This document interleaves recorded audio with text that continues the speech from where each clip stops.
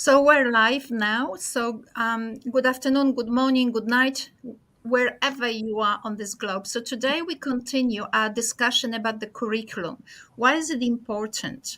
Well, I will not tell you why. um, Hopefully, we will find out today from our guests. So today Mm-hmm. we have our stable team, which is myself, Professor Andrew Lyon. I'm not putting the institution there for Andrew Ryan. He's been everywhere.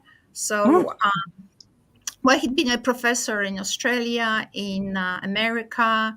He was invited to be a professor in Europe, but he didn't want to. And now he is in Thailand. So Oh, I we see. have Dr. Lala Bumela Sudimantera. So Hello, he's my everybody. student. So I need a friend here. Mhm. And today we have two guests from University of Malang, Dr. Nunung Suryati and also Dr. Miriam Anugerawati. I'm really good at Hello, Yes. Ibu. Indonesian. Yes. Now, Hello. first of all, before we start anything, obviously everyone has heard about what happened in Malang at the football games. We Yeah. want to Yes. express here, because we have speakers from Malang or guests from Malang, we want to express our deepest sadness about what happened. I think that we need to have a society which is based more on love rather than hate and Yes. punishment.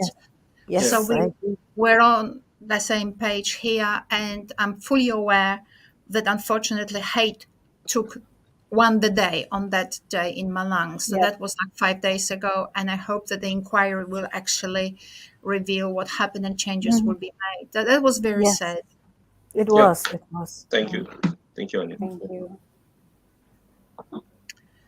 It was very sad, yes, thank you. It was. Yes. Condolence.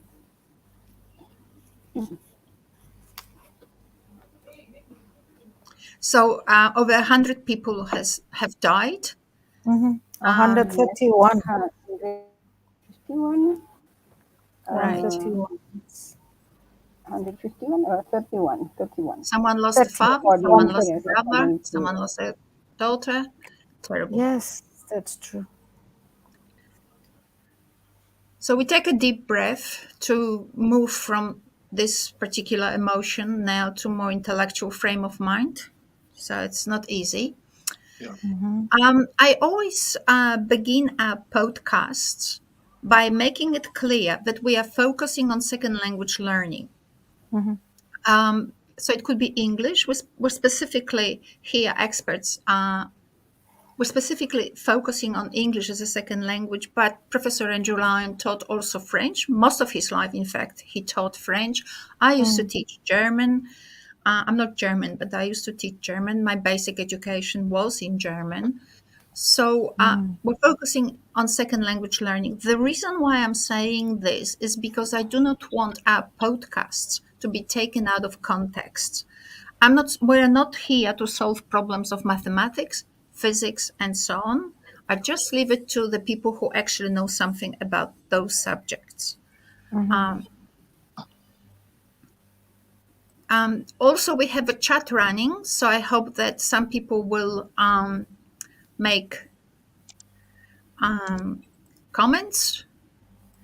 So on that will or ask questions. We will respond to those questions. So we're looking forward to your questions. So Is there any way that we can see the chat? I think Yeah, you okay. go Yes. comments, It's on the Andrew. comments. Yeah. In the comments. Yes. Oh, okay. It's been long, just 2 weeks, Andrew. You forgot.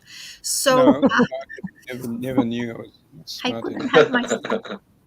All right. So we're focusing on language teaching, and let me just broaden the context. So basically, last week we talked about transformative education and transformative curricula. We explored the concept of transformative learning because some of my students looked into policies of Australia and also into research foci that Australia was interested in, and the concept of transformative education appeared there. And we looked into this concept a little bit. And last time we had a broadcast, our guests concluded that I was a little bit too biased, and they felt that we put too much, or educators put too much stress on curricula and too little stress on intellectual development. So I tried to have guests here that I sort of know about, or if I don't know, I have a little bit of an idea. So some of us here present in these discussions will be a little bit biased like me towards the curriculum. But sometimes, I mean, last time we had a presentation, we had people who were on the other spectrum of that range, and they said get rid of the curriculum, or so we had get rid of it completely, or don't place so much, don't put it too much in the center of your teaching, don't hang on to it too much, and we did conclude that the intellectual development of our teachers is very important, and it's Yeah. more important than anything. So I can't deny that. However, I would like today to come back to the question of the curriculum and explore it a little bit more with the following question in mind. So this is the question that I felt would be the context of our discussion today, and we may come back to it at the end. So, what guides our teacher education and education research, and why? Right? So, most of us are employed as teacher educators. We run these master courses, we have PhD students, we have undergraduate students, and our job is to prepare teachers for schools. It's plain as this. And our job is also to prepare intellectuals who will be leaders in teacher education. So these are our master and PhD students who obviously extend their work. So typically we have similar questions. In this sequence of broadcasts, we obviously will expand beyond those three, but let me identify those. So first of all, we will explore the question, what are national curricula for? What are the national curricula for? And do you believe we need them or not? And why so? Then next, we will look at the key problem that you believe may be present when working with national curricula. What bugs you? Right? So something needs to bug us. We're researchers, right? Something, you go to school and you go, oh my God, not again. Or you read an article and you say, I cannot believe it, they still write like this, right? So something is bugging you, and that's a good thing. And now, as a third point, I would like to explore, based on our own experience or research, what perspectives or evidence can we use to help us better understand, approach, or resolve the problem that we raised in point 2, which means where do the solutions are going to come from, right? So what's the curricula for? What's the problem and how to solve it? So I might just leave now room for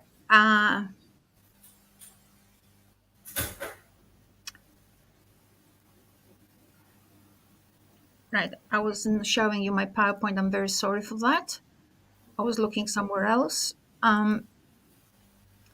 I will give space now to our guests first, so that we can actually have a better understanding of the context from which they come, and maybe we can then engage our own experiences to answer these questions. So question number 1, what are the national curricula for, and do you believe we need them, and why? Dr. Miriam, would you like to begin? Okay, sure. Yes, could you please show my PowerPoint?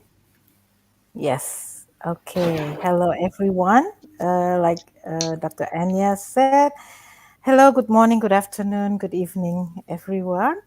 So I would like to begin with the history of English curriculum in Indonesia. We have had many changes in our curriculum, starting from the 1947 up to the latest one now is the curriculum Merdeka, or the independent curriculum, like some people say it. So our curriculum in Indonesia has always been or was always centralized up to the 1994 curriculum. So everything was determined by the government: what to teach, what to assess, what method to use, what materials to use in teaching, and so on and so on. But in 2006, we suddenly changed into a decentralized curriculum or school based curriculum. Well, actually, it came from the realization that Indonesia is so vast, and there are so many diverse communities and societies, and we cannot actually hope that all students in all the parts of Indonesia reach the same goal or reach the same objectives is as people in big cities, for example, because we used to have the national examination, which had to be taken by everyone in the country. And so students from the big cities like Jakarta, Surabaya, Yogyakarta, Semarang, and so on would be very successful in those exams, but students from very remote areas would find a lot of difficulties. And so in 2006, the government decided that schools need to develop their own curriculum. And then that's how it came, the school based curriculum. And also, besides that, since 2006, the focus of the English instruction was shifted from what mostly was grammar based or reading or mostly reading and grammar to genre based. So we had to teach starting from 2006. We have taught text types or genres. Okay, next please. 1 second.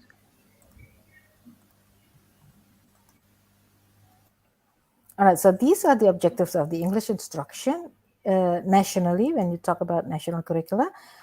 Earlier, it was always to teach grammar and reading, and a lot of, or most of our teaching and learning activities were geared into grammar based and translation based instruction. So we adopted the audiolingual method, and before that, we had the GTM grammar translation method a lot. And then since from 1984 to 1994, we taught communicative skills.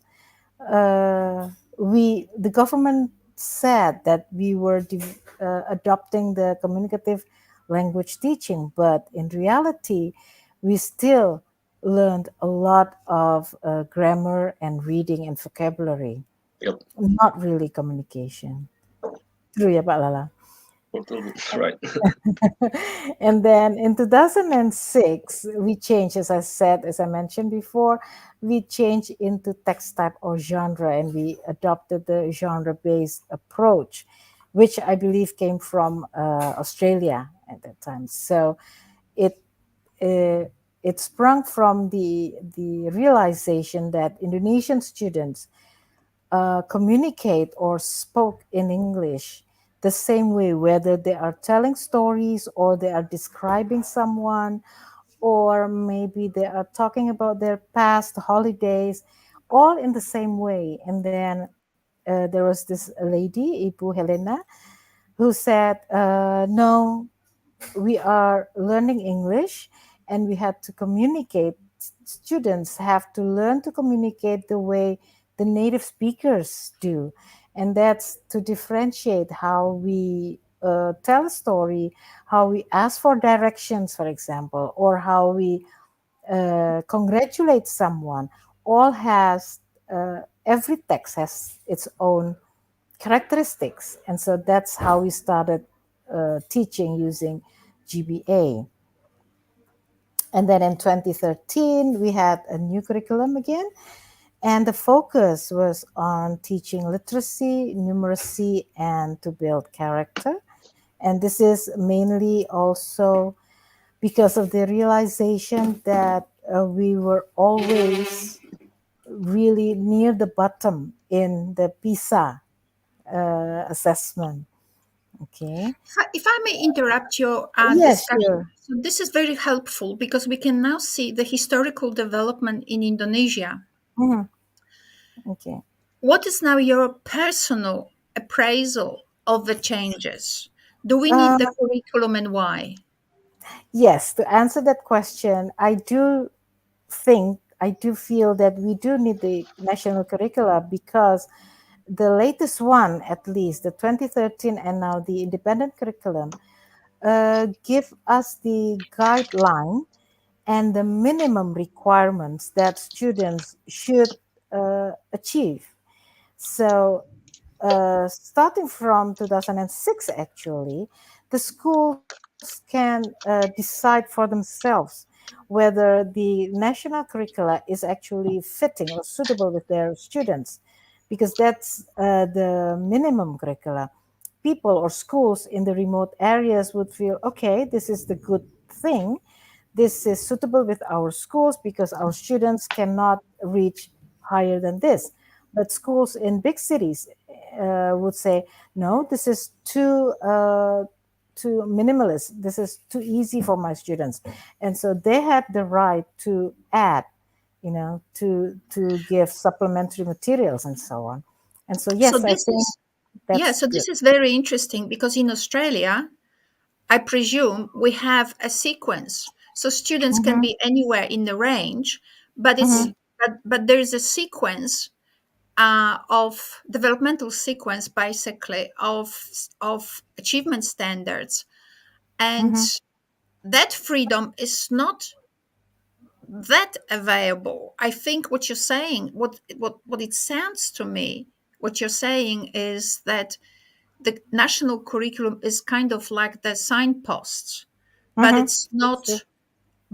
not the a linear set of sequences, or it's nothing that people have to hang on to too tightly. So there No, is really, room. that's Would you say there's room for innovation? yes, yes, I would say that. Thank you. Yes, Anya, especially Um, with the latest one. I might just ask now, Dr. Nonong, Mm-hmm, uh,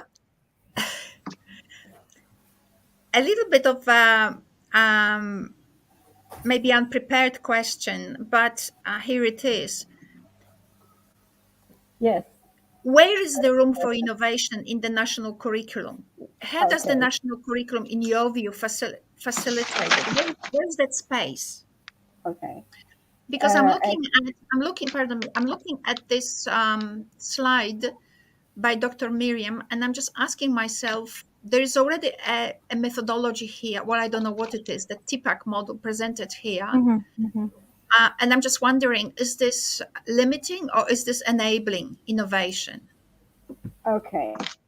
Well, if we refer to the 2013 curriculum, the standard competencies are already set, and then the indicators are usually developed by the teachers, and there are rooms for innovation here, or for creativity here, from to the teachers, and the teachers can develop the indicators to match the standard competencies, and then also in terms of the teaching materials, although they have already said that in this level you need to teach, say, narrative text or recount text, but they have also some freedom in selecting what type of text, yeah, I mean the content or the theme or the topic to suit the needs of the student, or they may also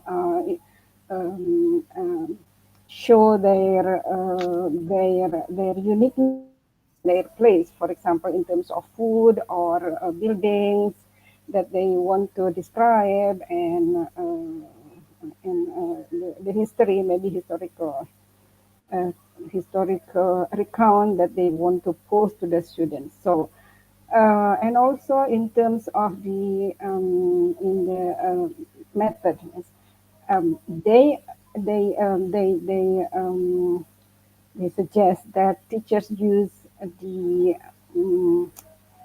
for curriculum 13, we use the scientific method or discovery or problem based, yeah, project based. Okay, but teachers still also have some choices. Yes, they can go back or select the gender based or maybe other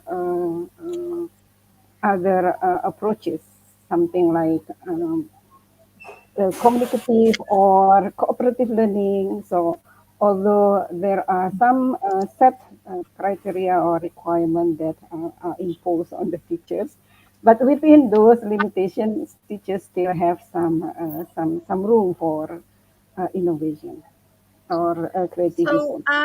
so genre is one of those limitations, right? Yes, Genre-based teaching. What does it mean, genre-based teaching? Would you just, in a nutshell, tell us? yes, How does gender-based. the genre, just pardon me, how does the genre-based teaching present itself as a limitation? Okay. The Not genre-based. limitation, but the limit. Like you've got to do that. Yes, yes, it's kind of strongly suggested. Yeah. Okay, Mhm. so gender-based approach, we have the I think it was proposed by David Rose. Some of it, I mean, there are a lot of variation. One of them is from David Rose. So we begin with the building knowledge of the field. So we elicit the student background knowledge about the text, and then yes, we do some exercises about the vocabulary or maybe what they know So about that's, the. pardon me, if I may interrupt. So that's a Yes, methodology of genre-based, but yes, how yes. is that methodology fitting with the objectives of the curriculum to make it Oh, relevant? oh, okay. Yes, it does, because in the curriculum we have two types of the basic competencies. Yeah, the first one is that in Bahasa Indonesia we call it menangkap makna, or in English it is translated into reading comprehension. They comprehend oral text or written text. Okay, so that is the first basic competence. That basic competence should be accompanied by the second one, which is they need to produce the written text or the oral text. So basically, that fits with the gender-based approach, in which the first two, which is building knowledge of the field and modeling, will become the reading session, and then to achieve the basic competence, which is reading comprehension or menangkap makna. And then the second one is to produce the text, yes, in which we have the joint construction as well as individual construction to achieve the basic competence of producing, writing So, different types of text. Yes. so to summarize, I'll just now go to Lala now. So thank you very much, Dr. Nunung. I'll just go to Lala to ask him for to join the discussion, and then All we'll right, Anya. probably to Andrew. So what you're saying, what your colleagues are saying, Lala, and I know that your PhD was exactly on that subject. You Yeah, yeah, Mhm. supervised it. So yeah. I is Dr. Nunung saying that genre-based that genre orientation in the curriculum comes with the ready pedagogy that you cannot change? Because what Dr. Nunung is what I'm getting is that it's not the focus on genre that is the um, of interest to the national curriculum. It's not the focus on genre itself, but the pedagogy that comes with it, which means you have to do the I do, you do, no, I Yeah. do, we do, you do, right? So that kind of first I tell you how to do it, then we do it together, and then I'll leave you alone, and then you do it, just in a nutshell. So am I hearing it right? It's because you can teach genre in 5,000 different ways, but what I'm Yeah. hearing is is that pedagogy already required by the national curriculum, or is this the interpretation of Dr. Nunung? Well, I took part in some national and international conferences held by Indonesia University of Education before I went to Australia. So it's a joint conference with University of Sydney, I believe. So I went to the conferences twice. It was clearly stated that genre-based approach is, yes, embedded in the national curricula. So that's the reason why it is still widely used across Indonesia, actually. But I'd like to Because highlight did we just lose our two guests? Yeah, yes. something happened in Indonesia.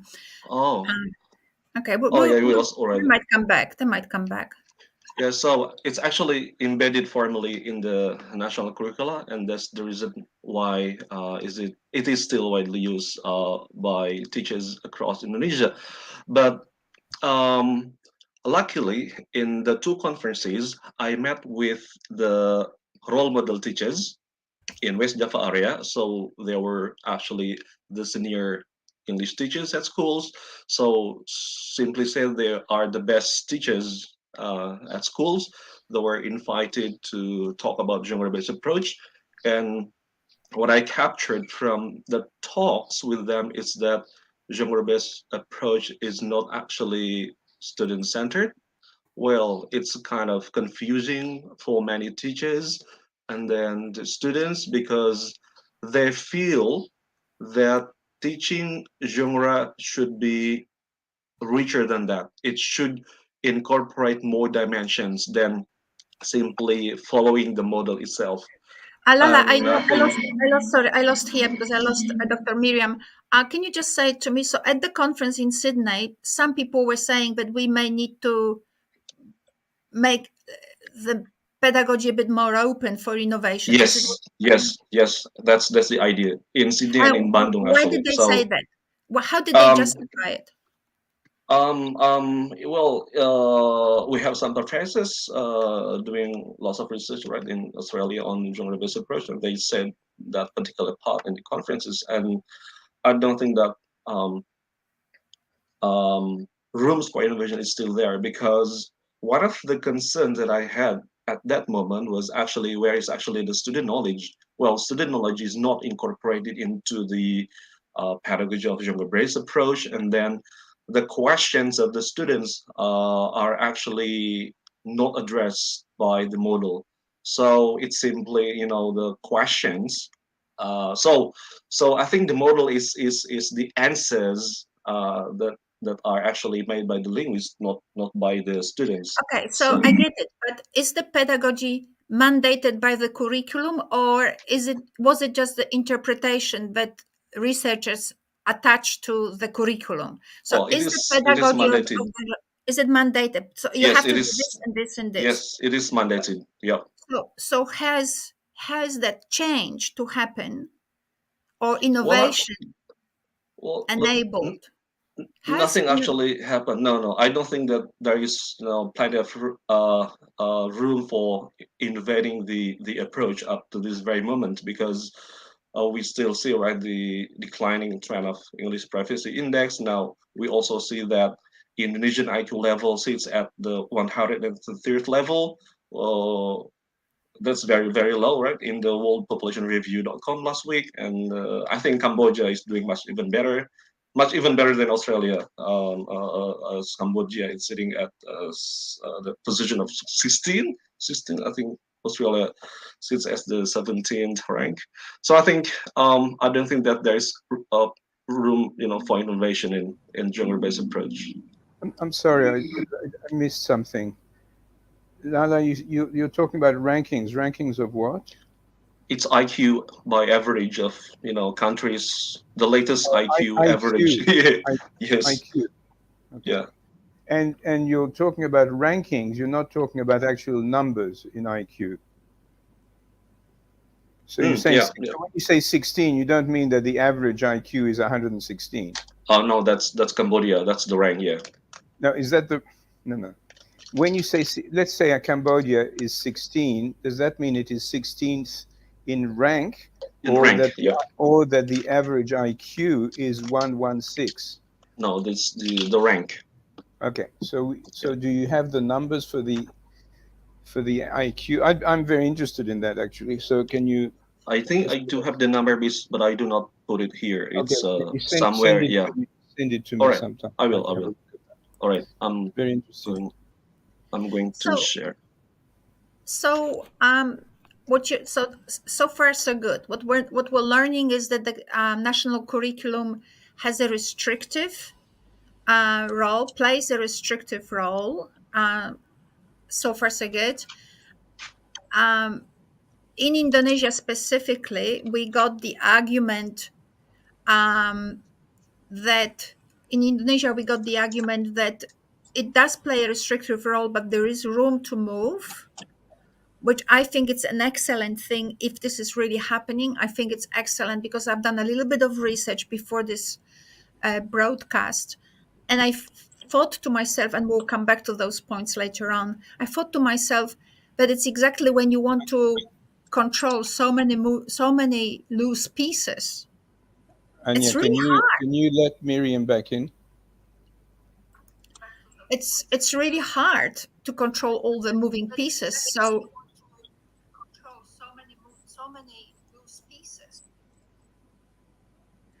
Dr. Miriam, we're having a feedback from you. It's Um, okay. all right. So I think that now what we're actually moving slightly towards is the point two in our in our discussion about our broadcast today, which is there might be a value in the curriculum, provided it doesn't choke innovation.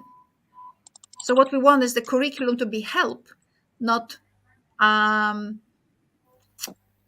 not a control freak to the point that what's the point of being an intellectual, a teacher, educator, and doing research when all we have to do is just follow? Andrew, your view.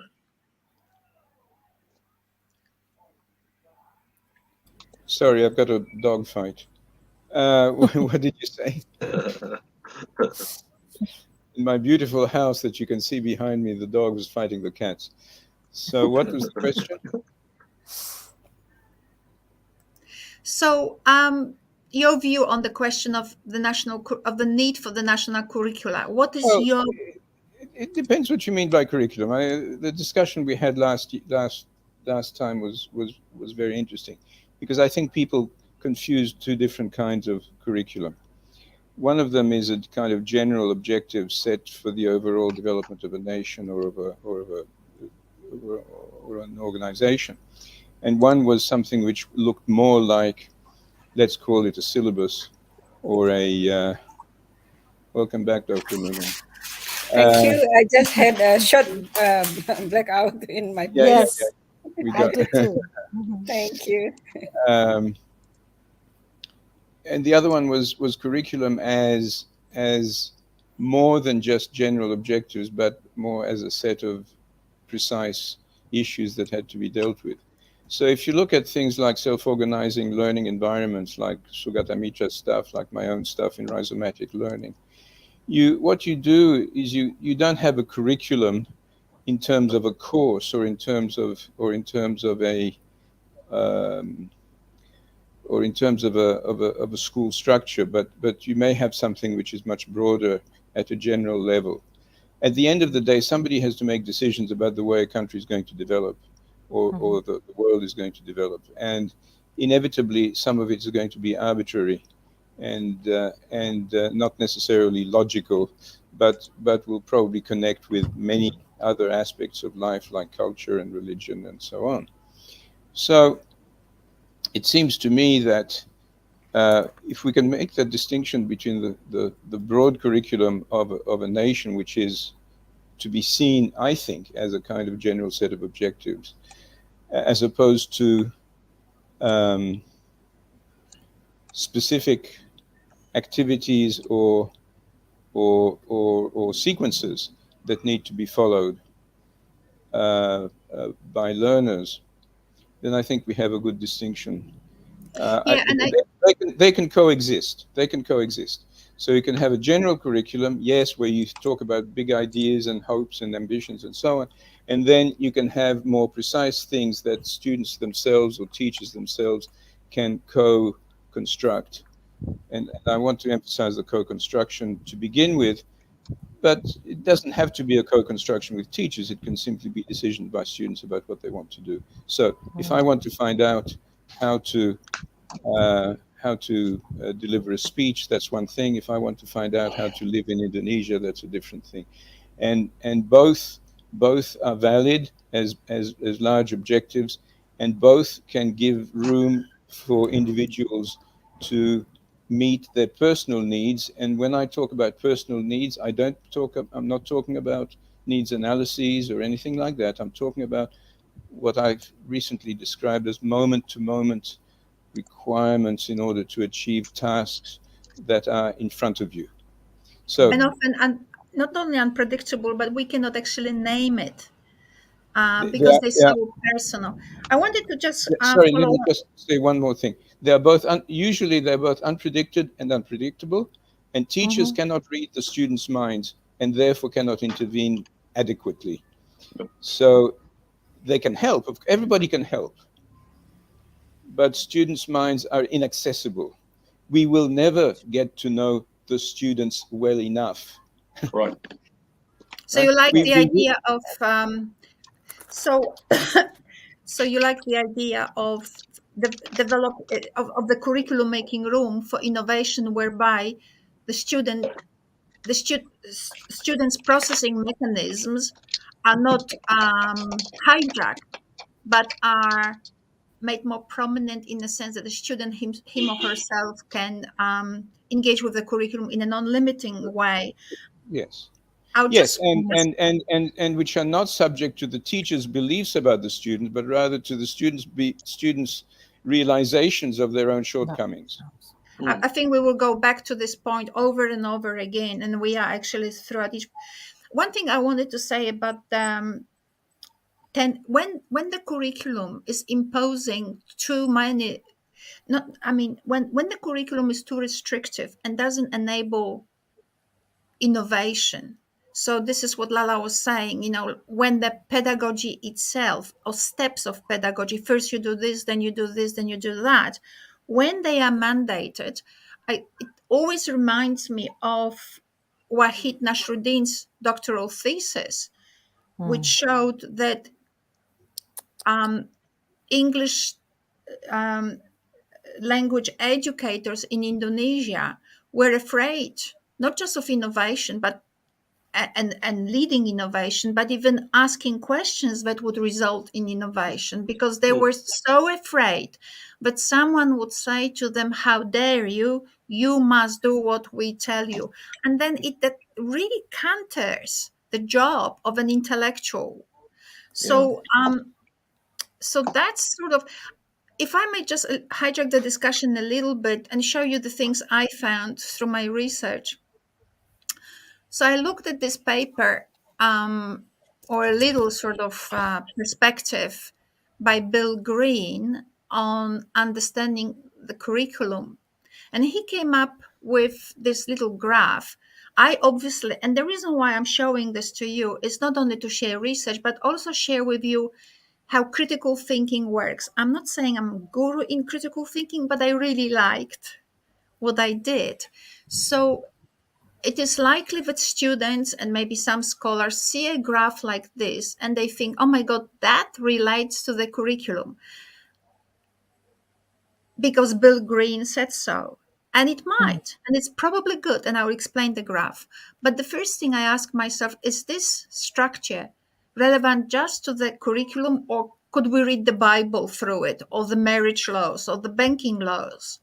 I mean, in some sense, every text and curriculum is a text, has a practical dimension, and has also institutional dimension. It's about restrictions, and it's about implementation of those restrictions, and they create some sort of what would we call it, two two two ends of there is a spectrum between them, because the laws themselves do not actually do not dictate or come with pedagogy enough to actually explain practice. So there are these two dimensions on this spectrum. And then obviously, when we look at the parallel axiom, so we have text and we have discourse. Every curriculum is a text, and obviously it is a discourse or draws on different discourses. So people in curriculum studies look at the curriculum, or can look at the curriculum, by engaging these dimensions, and I think it's good, but and relevant. That's why I have it here. But it's also important not to see it as specific to the curriculum, but as specific to any, say, text that comes with principles, that comes with that institutional law making dimension. We talked about the curriculum in Australia. So the Australian curriculum gives headache to a lot of teachers and teacher educators, precisely because it is not restrictive. Yeah. So then people find different ways of making it more what they call explicit or restrictive or clear. I've read papers. This one comes from Rob Gilbert. So, but I've read papers which were about evaluating the Australian curriculum and the question of lack of clarity, lack of detail. And I'm thinking it's the job of teacher educator to work out perspectives, and we will talk about it later as well. But you don't want to choke the teacher educator and the teacher, him or herself. How much detail would be enough detail? My question is, when someone screams, "I want more explanation, more detail," I'm asking, where's the end of it? Because you want as much detail as you need, but not necessarily the next person to you and the next person. So there will always be people who will scream, not enough detail, not enough explained. I think there's room to move. So the Australian curriculum leaves room for innovation, and it's not restrictive. I quite like the Australian curriculum, and Andrew knows, and people who work with me know, because it focuses so much on those general capabilities. It focuses so much on the regional context of our education. And it asks teachers to focus, not to lose focus of those, and not reduce teaching to content alone. I looked at this paper, so I'm just going to rush through it. And this person from China came up with lovely, I don't know, it was a Chinese name, but University College of London, so I don't know, I don't know that scholar. He came up with beautiful statements about the curriculum. So access to powerful knowledge is an entitlement for all students, regardless of their socioeconomic status, race, and gender. So that's very much a value that is pronounced in the Australian curriculum and in many international curricula at present. So I think as much as we would like, or some of our colleagues would like to say curriculum, we don't need curricula, Okay. but I think statements like this are extremely important, and they need to be in policies. We need to know we're taxpayers. We need to know what direction we're funding and why. I like the idea of the curriculum concerning itself with the development of human potential. I like that. And well-being, both as individuals and members of a society. That's very much in the Australian curriculum as a policy. Contents result from a deliberative process of selection and organization of wealth of academic knowledge, experience, and wisdom for development. The deliberation is made in particular historical situation with specific groups of children in mind. So some sort of values they mentioned was discover new ways of thinking, better explain and understand the natural and social worlds, think about alternative futures, have some power over your knowledge, be able to engage in current debates, go beyond the limits of your personal experience. So these are the values, that some of the values that this scholar mentioned as specific to modern curricula. I quite like that. I like that global context. And I think that we might be not paying enough attention to these global values because they may not necessarily instantly translate into first you do this, then you do that, then you do that.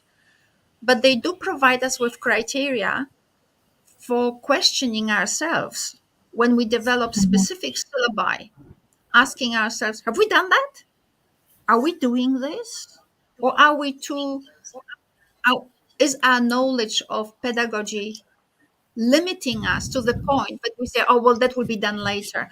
I have in my own experience, I've seen that whereby I would criticize someone's method or someone's um, framework, and the response I would get from a scholar is, oh, we do that, but later.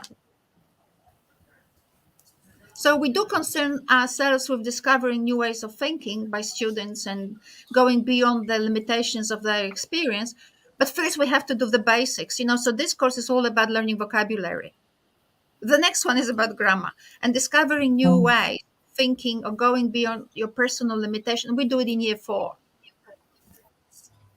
Well, why?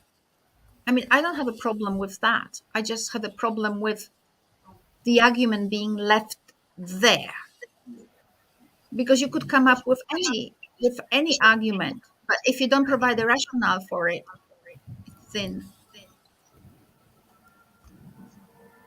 All right, so we're already touching on this problem, what bugs us, right? Mhm. Now, I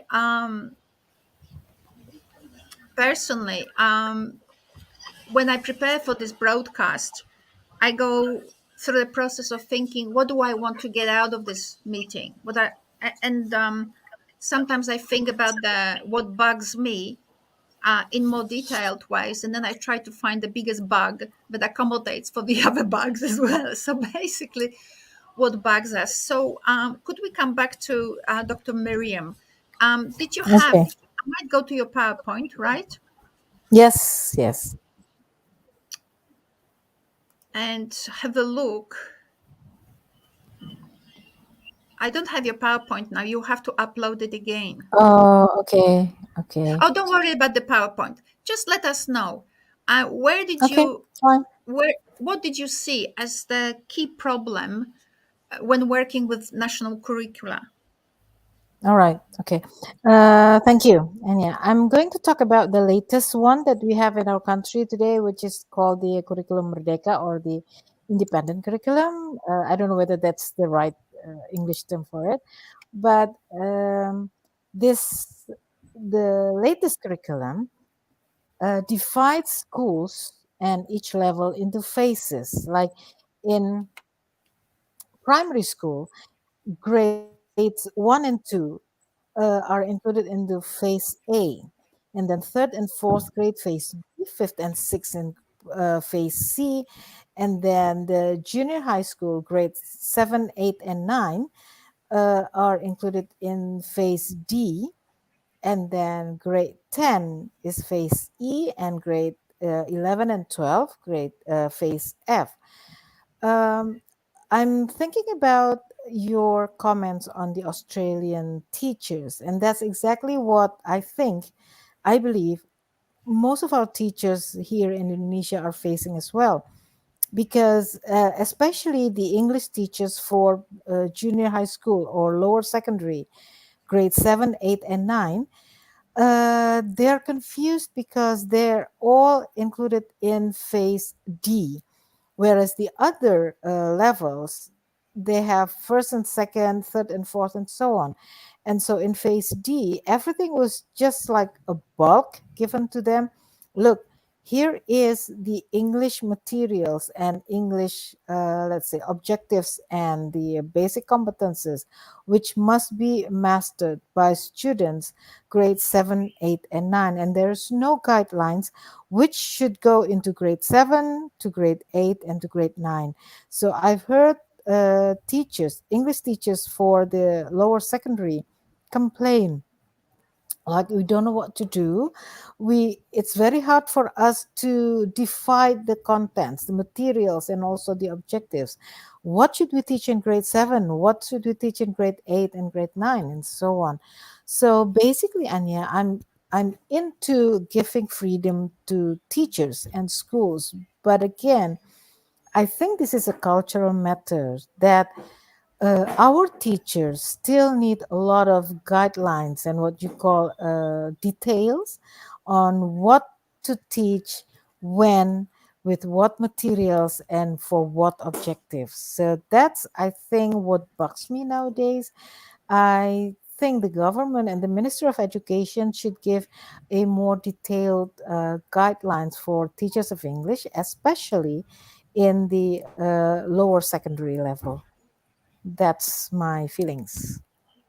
So are you saying that the genre based pedagogy is not enough?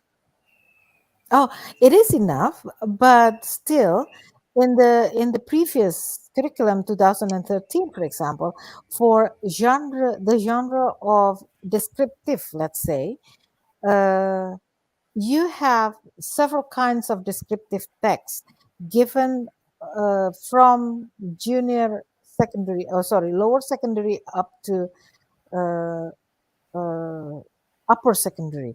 And in 2013 curriculum, you have clear guidelines. Like in grade 7, the students have to be able to describe person, animals, and things.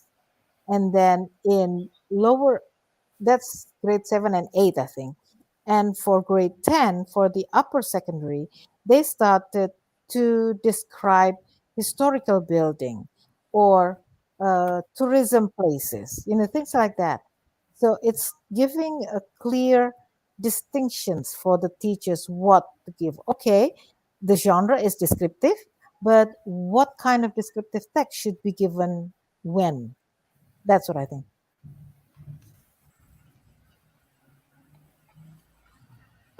I don't know whether Bununung has the same Okay, I'll just opinion. leave. Right, we will work with that. I'm just asking Mhm. myself how to engage in the discussion on this subject, but I might just give room now to Dr. Nunung, and we'll see what Dr. Nunung thinks about what you just said. Dr. Nunung, can you comment on that problem mentioned by Dr. Miriam, and maybe add some other key issue you think is present there? Mhm. Yes, thank you for the time. Yes, I think I agree with Ibu Dr. Miriam. This is what is happening in the field right now. So the new curriculum is stirring confusion among teachers, yeah, especially the descriptions of the content, yeah, which are Mhm. not very strict in this curriculum. So there is no distinction between grade level, for example, grade 10, grade 9, what to teach, okay, and then which text, and then what type of genre, okay. So this is actually following the principle of the new curriculum, which is being flexible. So Mhm. flexibility is the key here. So the government is inviting, or the Ministry of Education is inviting teachers to be flexible. So they need to do some little needs analysis themselves. What their students need, and then what the local context Mhm. require the students to do and to master in this case. Yes. So that is the philosophy of it. Okay, so I think again the culture of the English teachers in Indonesia as well is not yet, being independent Not or ready. being, yes, they're not ready yet. So some Yes. of them were, So, yes, some of so, them so, are, so yes, complaining. Okay, so they are, if I can interrupt just yeah, briefly, yes, sure, um, sure, Yes, sure. two things come to mind. The first one is, how are they going to become independent? I mean, Mm-hmm. if they, sorry, flexible. You said they were going to be, there's room for flexibility, but in order to be flexible, you need to have some principles. Yep. I suppose. I mean, I think one needs to do it in some kind of systematic way. It doesn't have to be Mm-hmm. the same thing for everybody, but it does have to be well Mm-hmm. thought out and reasoned, Mm-hmm. and have as an underpinning such things as what is learning. The question, I yes, mean, the key question is what is learning? yes, What is knowledge in a yes, different kind Mm-hmm. of environment? The other thing that I was interested in is we talk about curriculum as a structure imposed by administration, right? And then everybody does what the curriculum says. But my question is, what do the people teaching want from the curriculum? Um, I mean, is it guidelines on how to act? Is it guidelines on how to think? Is it guidelines of Mm-hmm. how to be Mm-hmm. independent? I mean, it can be many, many things, because in 7 years' time or 6 years' time, there will be a new curriculum, Yep. and it will mandate something new. And then everybody will have to adapt to Yep. this new, and everybody will say, "Oh my gosh, we've had so many curricula." Look, I was on so many curriculum committees in Mm-hmm. Australia and elsewhere, that everybody was getting tired of the change. Well, today we're going to do CLT, Mm-hmm. tomorrow we're going to do a genre-based approach, and after that we're going to do something else, and then we're going to, Sure. and people get worried, confused, and very tired Mm-hmm. of the change. So I'm wondering what is it that the teachers want from curriculum as opposed to what the government wants from teachers. okay. Can I respond to that, Andrew?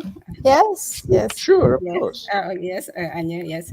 I think the aim of the new curriculum is are still the same. Yes, the teacher are supposed to facilitate this to develop the students' communicative competence. Yes, in English language, with various multimodal text, yeah, oral, written, visual, and audio visual. This is visual and audio visual is something which are added. Yeah. And then develop intercultural competence to understand and appreciate Mm-hmm. perspective, practice, and product of Indonesian and foreign culture. So this is also Mm-hmm. a new aspect.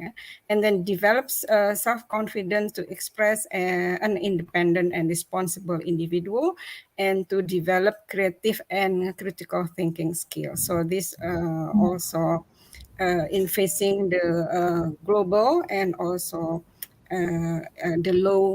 the low score or the low performance of Indonesian student in PISA.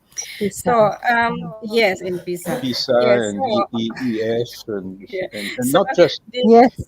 Tim's sorry. and pizza. Yes. Yes.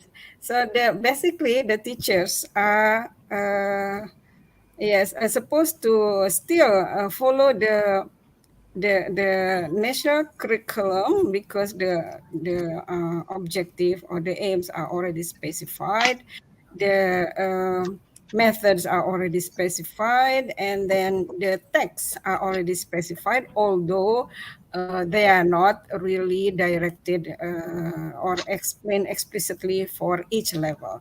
So the teachers' flexibility here is to select the texts which are Mm-hmm. more appropriate for their student needs, as well as their local context and the requirement of the job or the industry that the local require at that point. So the independency here is not really independent, if I may say. So Okay, it is well, really that's a Yeah, very important point. restricted And the reason, independence. and the reason I mention it is because we now also have to look at all of this in the context of ASEAN. Mhm. Yeah. We have Mm-hmm. to look at it in the context of growing strength in studies in English as a lingua franca and Yes. global Mm-hmm. Englishes. We have to look at Yeah. it in terms of a move away from grammatical focus towards communicative focus, which has a Yes. pragmatic dimension to it, of course, Yes. and conventionalized business practices. Yes. Because a lot of the discourse at the moment is moving towards the notion of we need to be functional in particularly in ASEAN contexts and do it in English because that's the decision that was made. Mm-hmm. Yes. But we also have to make sure that communicatively we are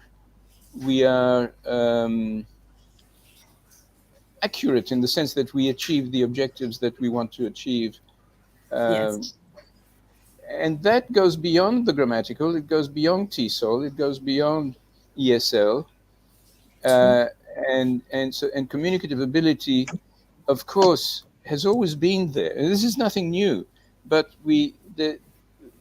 there's a difference between the practice of teaching ESL and, let's say, the practice of ensuring good communication between people, even with imperfect grammatical structures and Mm-hmm. vocabulary and so on.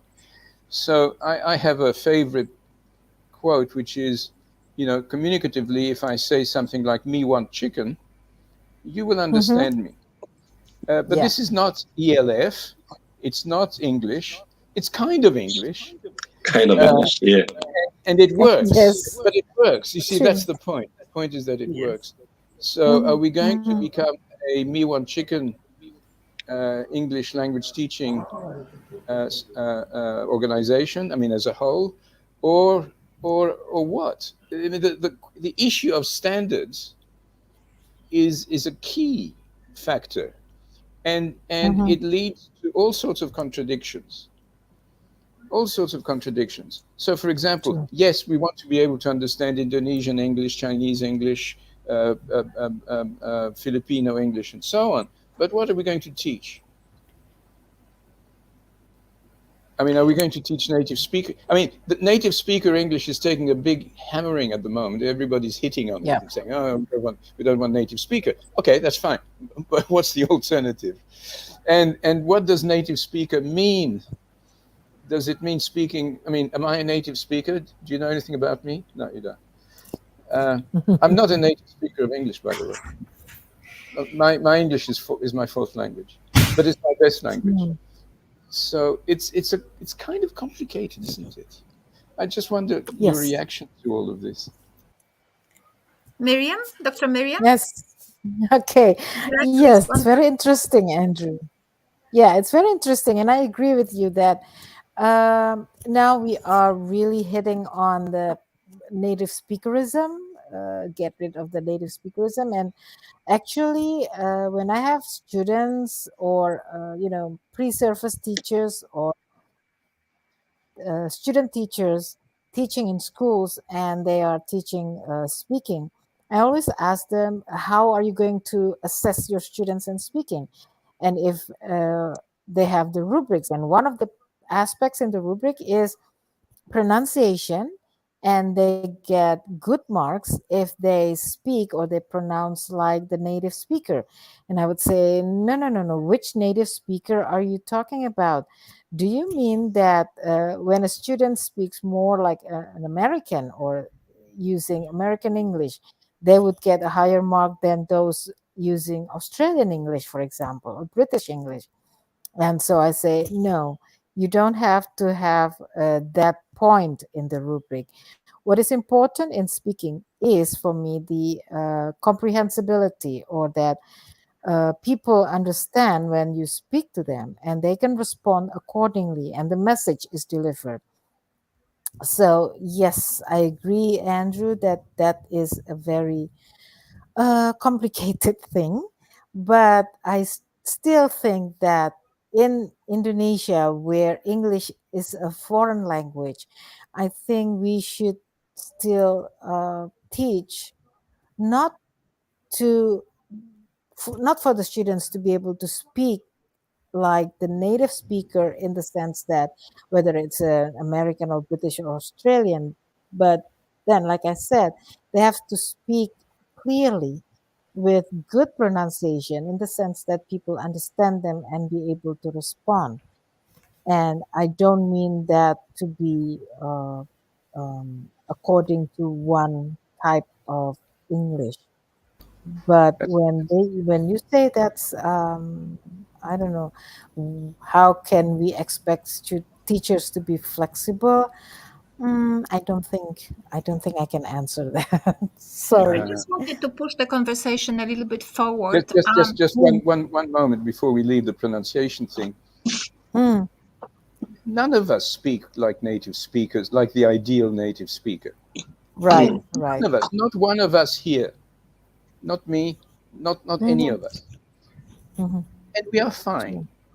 Yep, yep. And we are fine because we have a certain number of underlying structures that we Yes. share Hmm. between us. And the structures are essentially rhythmic, intonative, and most of the sounds are in place. Yeah, yeah, yeah. But I True. don't sound, I mean, do you think I sound British? No, not I really. know if I spoke rather like this, you'd say, oh, you're speaking like King Charles now.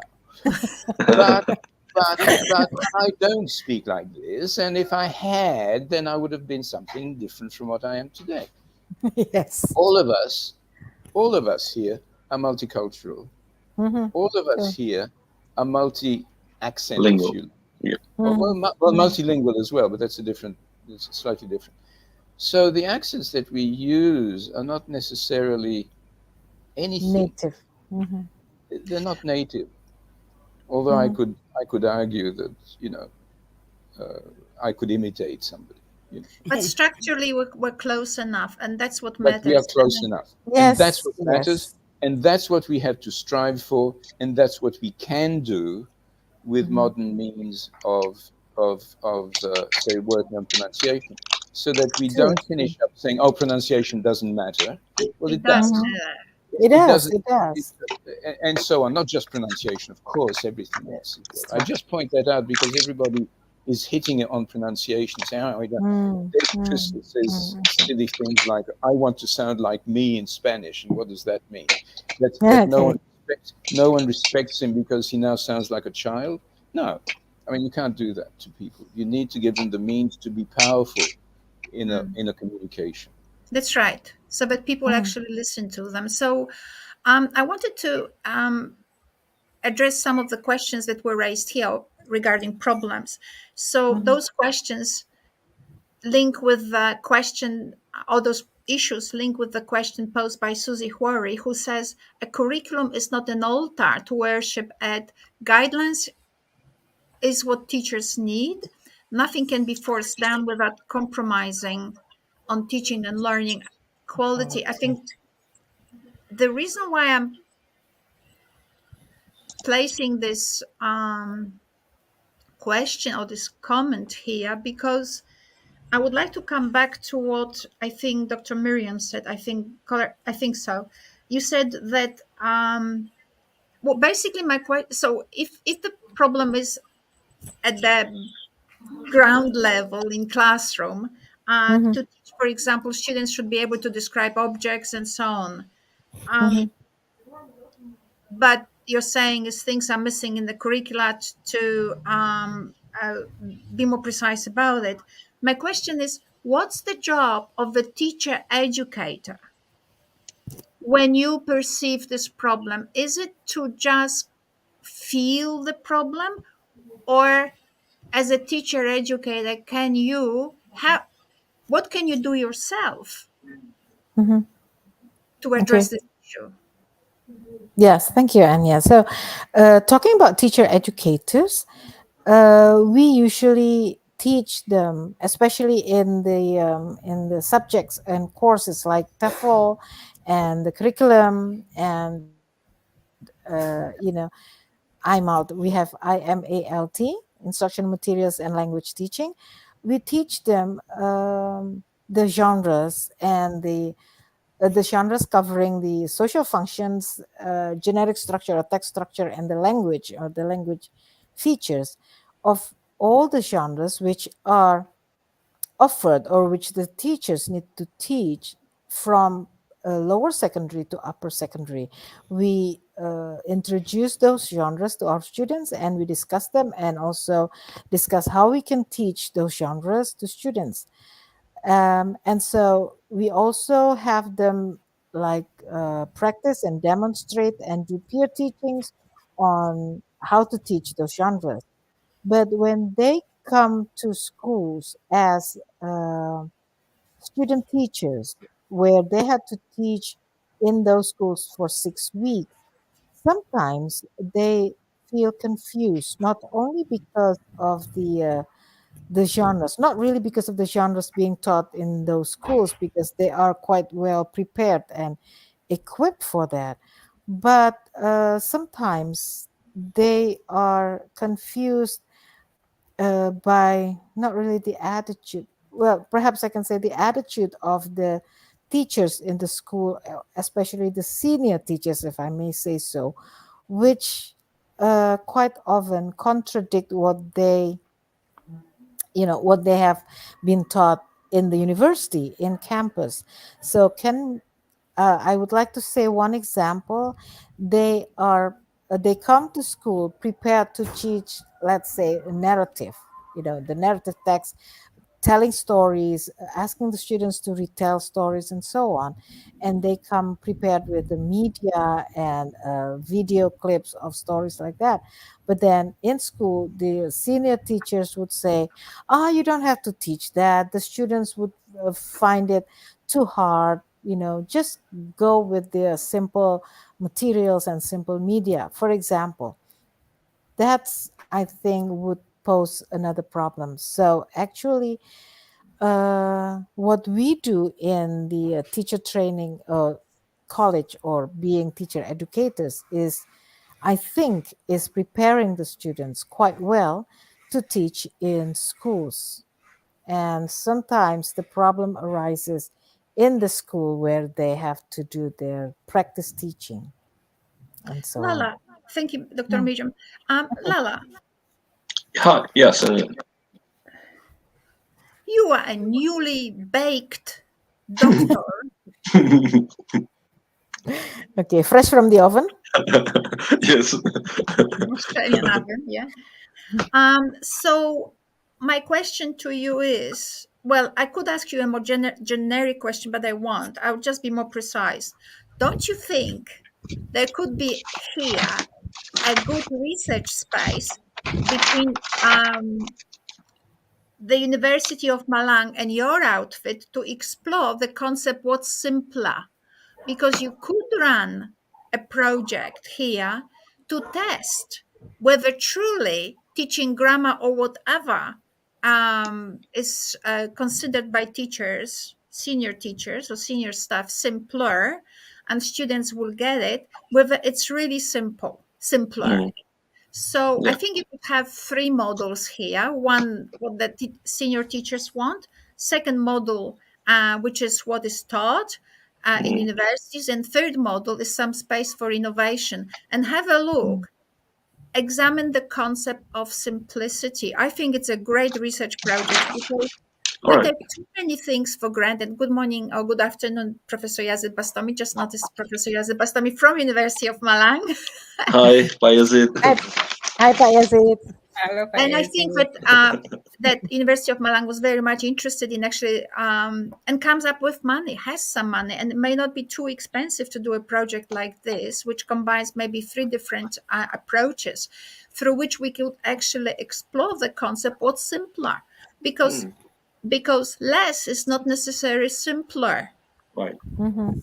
uh, I don't know, but that might be so.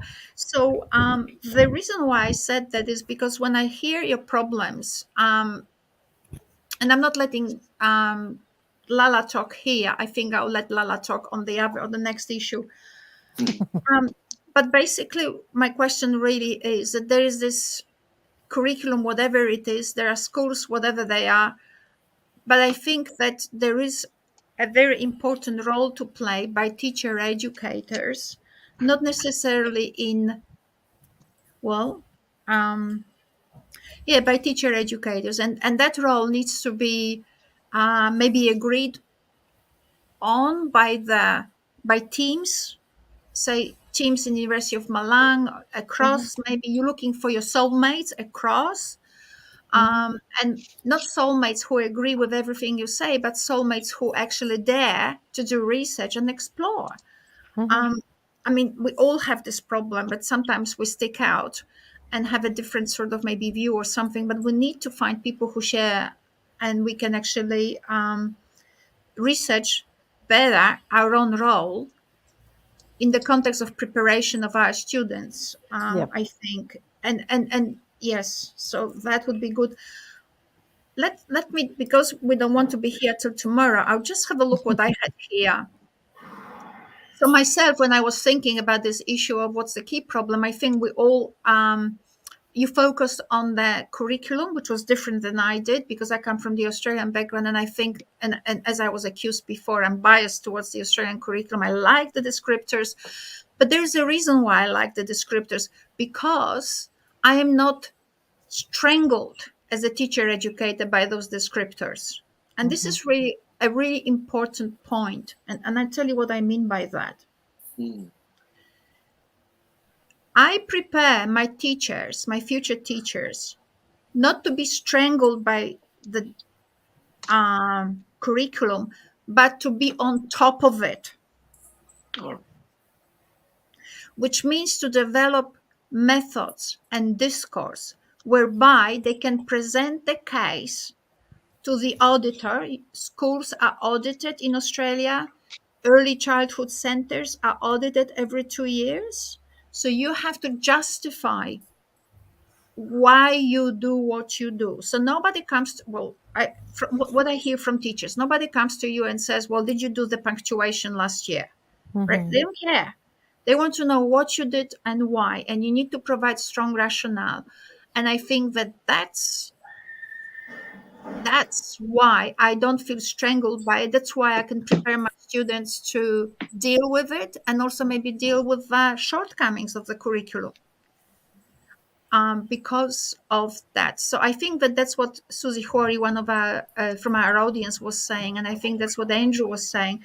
Have strong principles. Where do they come from? Well, in research, right? But to have strong principles whereby we can strengthen the accountability discourse of our own practice. mhm, So that someone says, well, you didn't do that. Well, mate, that doesn't belong here. It actually belongs there because of this and this and this and this and blah, blah, blah, blah, blah. And you know what? What was very interesting, because I was just recently working. I'm not an early childhood educator, just far from it. Honestly, I see children and I run. But because I teach across the whole spectrum of education, I mean, my teachers come from everywhere. I have a, I had a project with early childhood, and it was interesting to hear from early childhood teachers that actually that's what was required from them, to provide the rationale, not to be choked by words. I think description, I think that I agree with you that some guidelines regarding what things mean across the developmental stages, I think that would be useful. Not teaching to, but checking whether our own position to them, right? So my view always is I don't teach to the curriculum. I teach from principles, and then I check. I use the curriculum as a conversation partner to see how strong is my own narrative, because I learned because sometimes you might be so bogged down in your own corner that the curriculum will say to you, well, did you consider that? Did you consider that? Or sometimes the curriculum may not just have enough, or may r- push you in the wrong corner. Like description, for example. Well, I ask myself, what is description? You can describe an event, a political event. You can just, it doesn't have to be a tree. It could be a political event. How you describe it depends on the context, right? So your friend comes to you and says, "What was the movie last night?" And you say, "Well, total BS."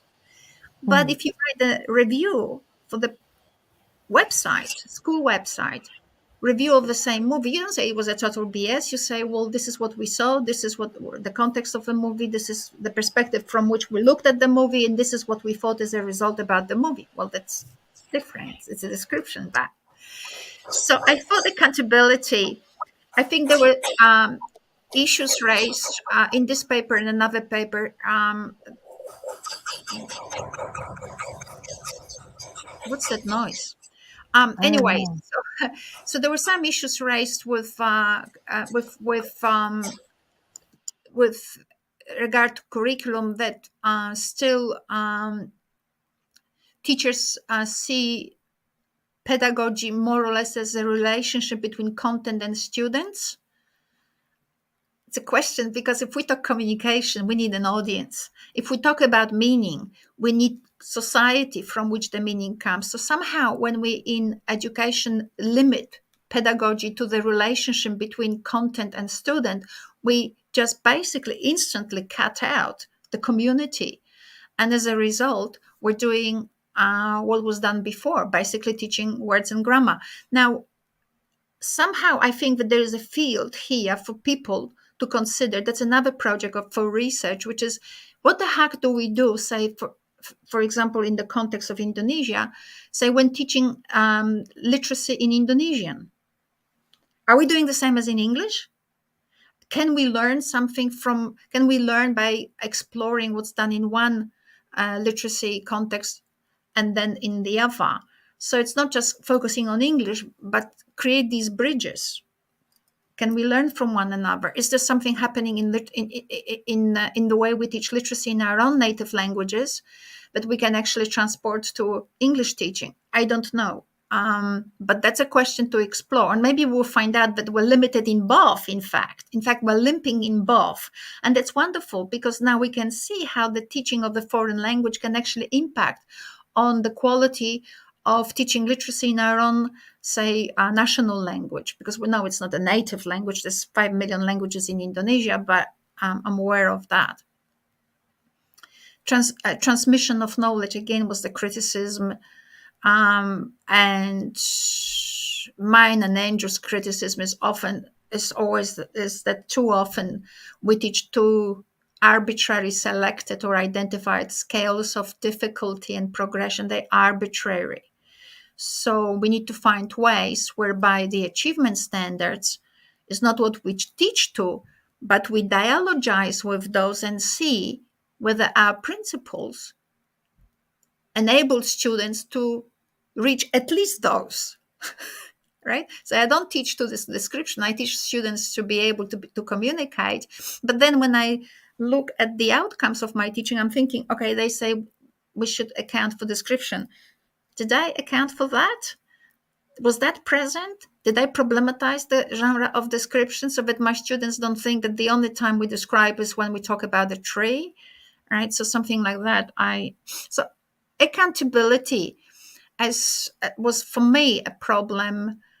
And so it wasn't what was missing or what was present in the curriculum, which is what came out from our discourse, but also how we account for our own practices, creating strong discourses that can basically block anyone who's saying, I'm teaching badly, or can provide a platform for discussion with your people who come from the institutions, from teacher boards or whatever you have in Indonesia, so that we can actually have a discussion. So creating this strong mindset of a teacher so they can actually defend themselves. Also teachers working with universities, and this way creating increasingly stronger rationale. That'd be good. I wanted to show you something. I found this article. Peter Freebodo is a professor. He was a key person in genre pedagogy, obviously. And it's not that I am actually right. Anyway, so we know Peter sort of face to face. We've met him. We've written. He's written in my book that I edited with other people. And I found very interesting this from his paper. This is extremely interesting quote talking about accountability and issues in working with with curricula, national curricula. So this is preschool. So this is the teacher, obviously. I mean, a researcher, Mona, who comes to the early childhood center and says, so the purpose of our visit is to have a look at children in transition. So 5, 6, or 6, 7, whatever, just before they go to year 1. So we're focusing on children in the preschool room who are moving to kindergarten next year 1, whatever. So just with that sort of spirit, I guess I'd just like to hear your thoughts about what is it that you're doing to prepare those children as effective communicators. Here's the answer. I think with our school readiness program, we tend not to focus on those, like, I mean, I asked one of my friends, little friends, she's 18, could you say one sentence without the word like? She couldn't. So I'll tell you why I'm saying that. So I think with our school readiness program, we tend not to focus on those, like learning the alphabet and the reading, which they will do next year. Now, if you go to this paper and if you need it and you can't access it, please email me. In the comments, I put my email address. But I'm not sure whether I have it in my... No, I don't. I will draw on this point in the later stage of our podcast, but basically what I wanted to say, that the responses like we get from Karen, yeah, we don't do it, blah, maybe, well, we do something else. And the next one is, it's more of those social skills, that is, the engaging in conversation, being heard. That's not the rationale you want to get from your teachers. That's the rationale I see just about everywhere, except for my students when they write assignments for me. But because, they have they have to pass. So then they actually elaborate. They have books in front of them and they sort of read and copy and all of that. But when I have my doctoral students doing surveys, say in Indonesia or in Cambodia, maybe somewhere else, I don't remember anymore. I'm just thinking of the people I have right in front of me. These are the kinds of elaborations I'm getting from them. So it doesn't matter whether they're from Jakarta or whether they're from Cirebon or Malang or whether they are from Cambodia, wherever. We get non-professional style of discourse to rationalize your teaching. This is extremely sad.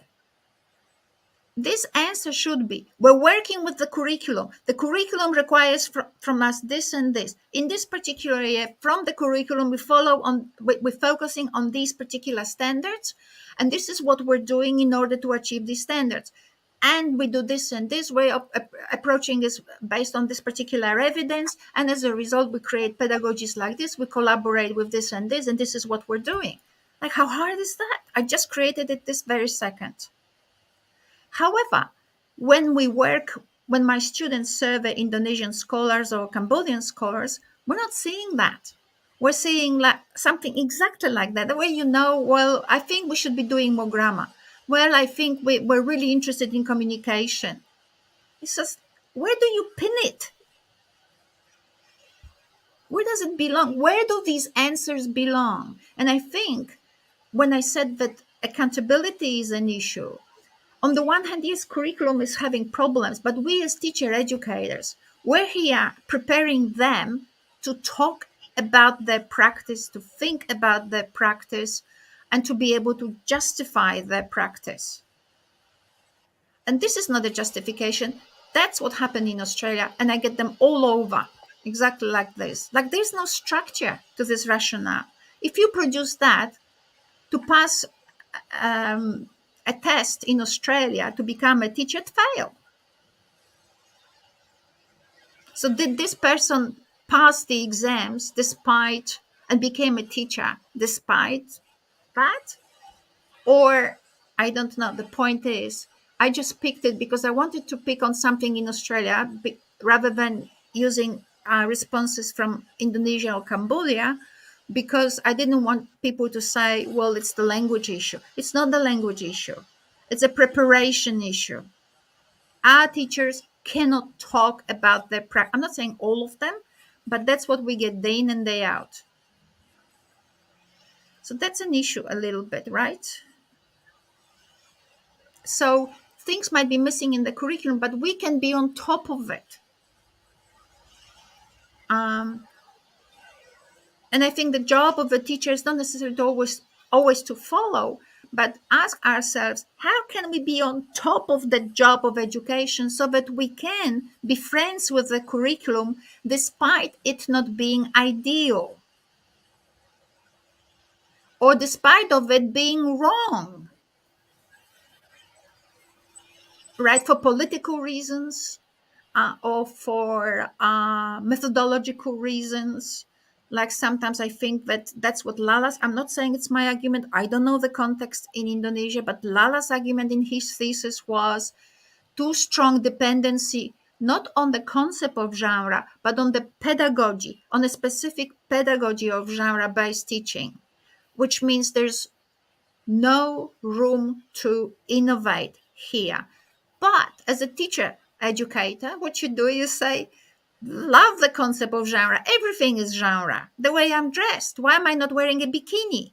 Everything is, we have restrictions that apply. But nobody told me to wear white. I could have worn pink. I could have worn black. Right? So there's room to move how I apply the genre. So basically what I'm saying is, when Lala prepares his teachers, it's not about saying, I don't do what the curriculum says, but be friend to the curriculum and say patterns are everywhere. We make choices. However, how we are thinking about those choices, we can do it the way how the genre people say, the systemic functional linguists, or we could explore another method. Here it is, and provide the rationale, strong rationale for it, and see what happens. You as an intellectual, you are in power. Especially if you say, well, it's done somewhere else and it's been done everywhere, and there are references, there are publications, and we have results, right? You create strong discourse. And I like the idea. And you teach your teachers to have strong discourse rather than that kind of thing, with the and like every second word. We've been talking now for over an hour, and none of us said things like and like. None of us. Because we're so focused on what we're doing and we so know our stuff. There's no room for and like. These things. So what do I have here? That's a nice paper I read. That's the criticism that Zain has created or developed, saying that teachers in Indonesia, because he spoke specifically about Indonesia, too much of a tendency from being curriculum developers to becoming curriculum transmitters. And another problem he found, that this is something that touches upon your issue, which you mentioned, which is the concept of a native speaker. I think we're functioning too much in stereotypes. And that is not only reflected in our attitudes towards whether we should teach pronunciation, but also in things like, why should I learn English? They don't believe in Buddha. They don't believe in Quran. They don't cover their head. They, I don't know, what else do we do different, right? And so there's this values problem. So that's again another problem, another issue for research, which is, are we teaching, when we're teaching English, is our job to convince our students to be like, say, people in the States or whoever it is, this another stereotype? Or is it is our job to enable them to participate in the society which is bigger than their village.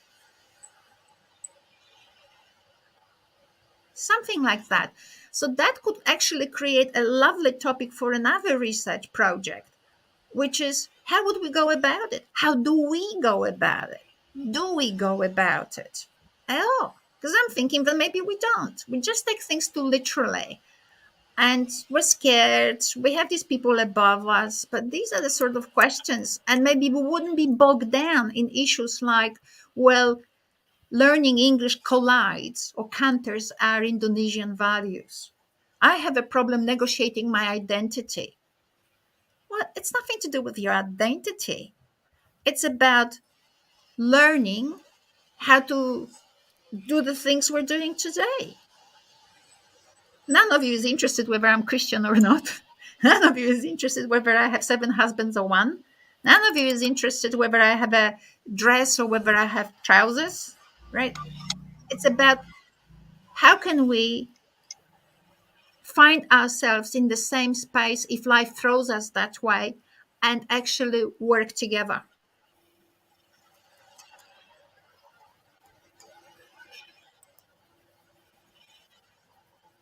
Yeah, well, I'm not going to talk about it because we talked about curriculum and the idea. So I'm just going to drop this. Let's go to the third point for us to summarize broadcast with some positive, on a positive note. So what can we do about the problems we encounter? So as you can see, we're flowing a little bit from the question 1 to question 2. We had that little bit of a bridge. Now we're also kind of talking in a way that is creating this bridge to the question that I'm asking you now. But maybe you can present some of your own views on, based on your experience and research. Not everything is research. Sometimes it is just what you do and you can see it. And to do research or to publish on it takes like 3 years, right? Because you have this and this and this to do. So and maybe also it takes time to shape the ideas for them to be stronger and better. So based on your experience or research, what can we do about the problem that you perceive to be bugging you? So we might ask still we might ask our guests first. So we might start with Dr. Nunung. Would you be able to express your ideas, what you think that what you could do with the things that bug you? Okay, thank you, Anya. Yes, relating to the problems in our curriculum, national curriculum, both with the new curriculum, which is the Curriculum Merdeka, and also the previous curriculum, which is still not previous curriculum. It is still currently being Yes. used as well. Yes, so we both implemented 2 curriculum, which is the curriculum 2013 and the curriculum Merdeka. So from the research that I already reviewed, the teachers if you are referring to the curriculum 2013, so the teachers were or are having problems with the curriculums because of the time limitation. They only provide 2 hours per week to learn English in senior high school as well as in junior high school. 2 hour period, meaning it is only 90 minutes because one period is 45. And then the problem is there are so many content and then basic competencies that they need to acquire, but it is limited time, only 2 hours. So how can we give them, input, model, and then guide them to do the practice and then do the independent practice if only 2 hours? Okay, and then the next one is the problem related to the complicatedness of the assessment. The assessment is very complicated. You have to do knowledge assessment and then skill Skills. assessment, and then attitude assessment. And there are so many so many tools that you need to develop. So based on the research that we review, the teachers forum is something that is helping the teachers. So Mhm. the approach is here that teachers can communicate with one another, sharing their best practice, and then do modeling, and then yes, asking for clarification. And this has happened in our city in Malang. We have the teachers forum in the city, which is called Teachers Forum for Malang City, and also for the Kabupaten, or the Yes. the suburb of the Malang. Yes, teacher forum. So it has been working so far. So the teachers forum are something that seen as a means to have their professional development, especially in terms of the curriculum, and also the introduction of the new curriculum they are learning to one another. Because of the new curriculum here, it is not yet officially mandated. It is optional. If you are ready, you can use it. If you are not, you just use the current curriculum. So my research on my experience is teacher forum is a great way for teachers to learn about the new curriculum and about the implementation of the current curriculum, which are currently is having problems, as I mentioned. Okay, the third one is, sorry. And then the next problem is related to, if you relate to the current curriculum, which is 2013, they impose on us so many things, right? For example, like scientific approach, and then discovery learning, and then problem based and project based, yes, in which they are based on the research, they are confusing because the teachers were language teachers, yes, and then these approaches are coming from the science, yes. At that moment, I'm sorry, at that point, the curriculum developer were dominated by science teachers, science developers. So this also becoming problematic for teachers in the field. Okay, so we are for the new curriculum. So those become optional. You can use it, or you can, if it is appropriate, yes. If not, stick to the genre-based approach. And then perhaps the next one is my own experience in teaching literacy to the student teachers, because I have seen, pre-service teachers doing their teaching practice in many schools, as well as I also I am also a facilitator in online program for teacher certification, which is PPG. The current the current practice, what I say, yeah, I could say it's the current practice. The current practice of teaching, it is not teaching grammar anymore. Yes, in the past they are teaching grammar. Okay, this is tenses and this is something related to grammar, but they are teaching based on the text they selected, yeah, based on the curriculum, of course. What they do is they're teaching it like a science, like a knowledge. Okay, so this is a narrative text. A narrative text consists of, okay, this generic structure. The first one is orientation. Okay, orientation is blah blah blah, and then you have events, and then you have complication, and then this is the conclusion. So they are teaching it like teaching a knowledge. It's not like teaching a language, right? So what we do in our program um, is focusing on the literacy, so that the text is having a certain function or a specific function. Okay, the function of announcement, for example, is to announce, and they have an audience, they have a certain structure, and so on and so on. So I encourage them to be aware of, you are not writing something for the teacher, but you are writing something for communication, so that it can be used for real purpose in your real life. Yeah? As well as in reading, for example, reading is not just asking or Comprehend. having understood, yes, the content, and then you comprehend the content, but what is your decision, for example, after reading this? Yeah, so this is imposing or exercising the high order thinking as well. For example, you have two advertisement about hotels, and then hotel A is this, hotel B is this. Okay, the price, location, facilities, and so on and so on.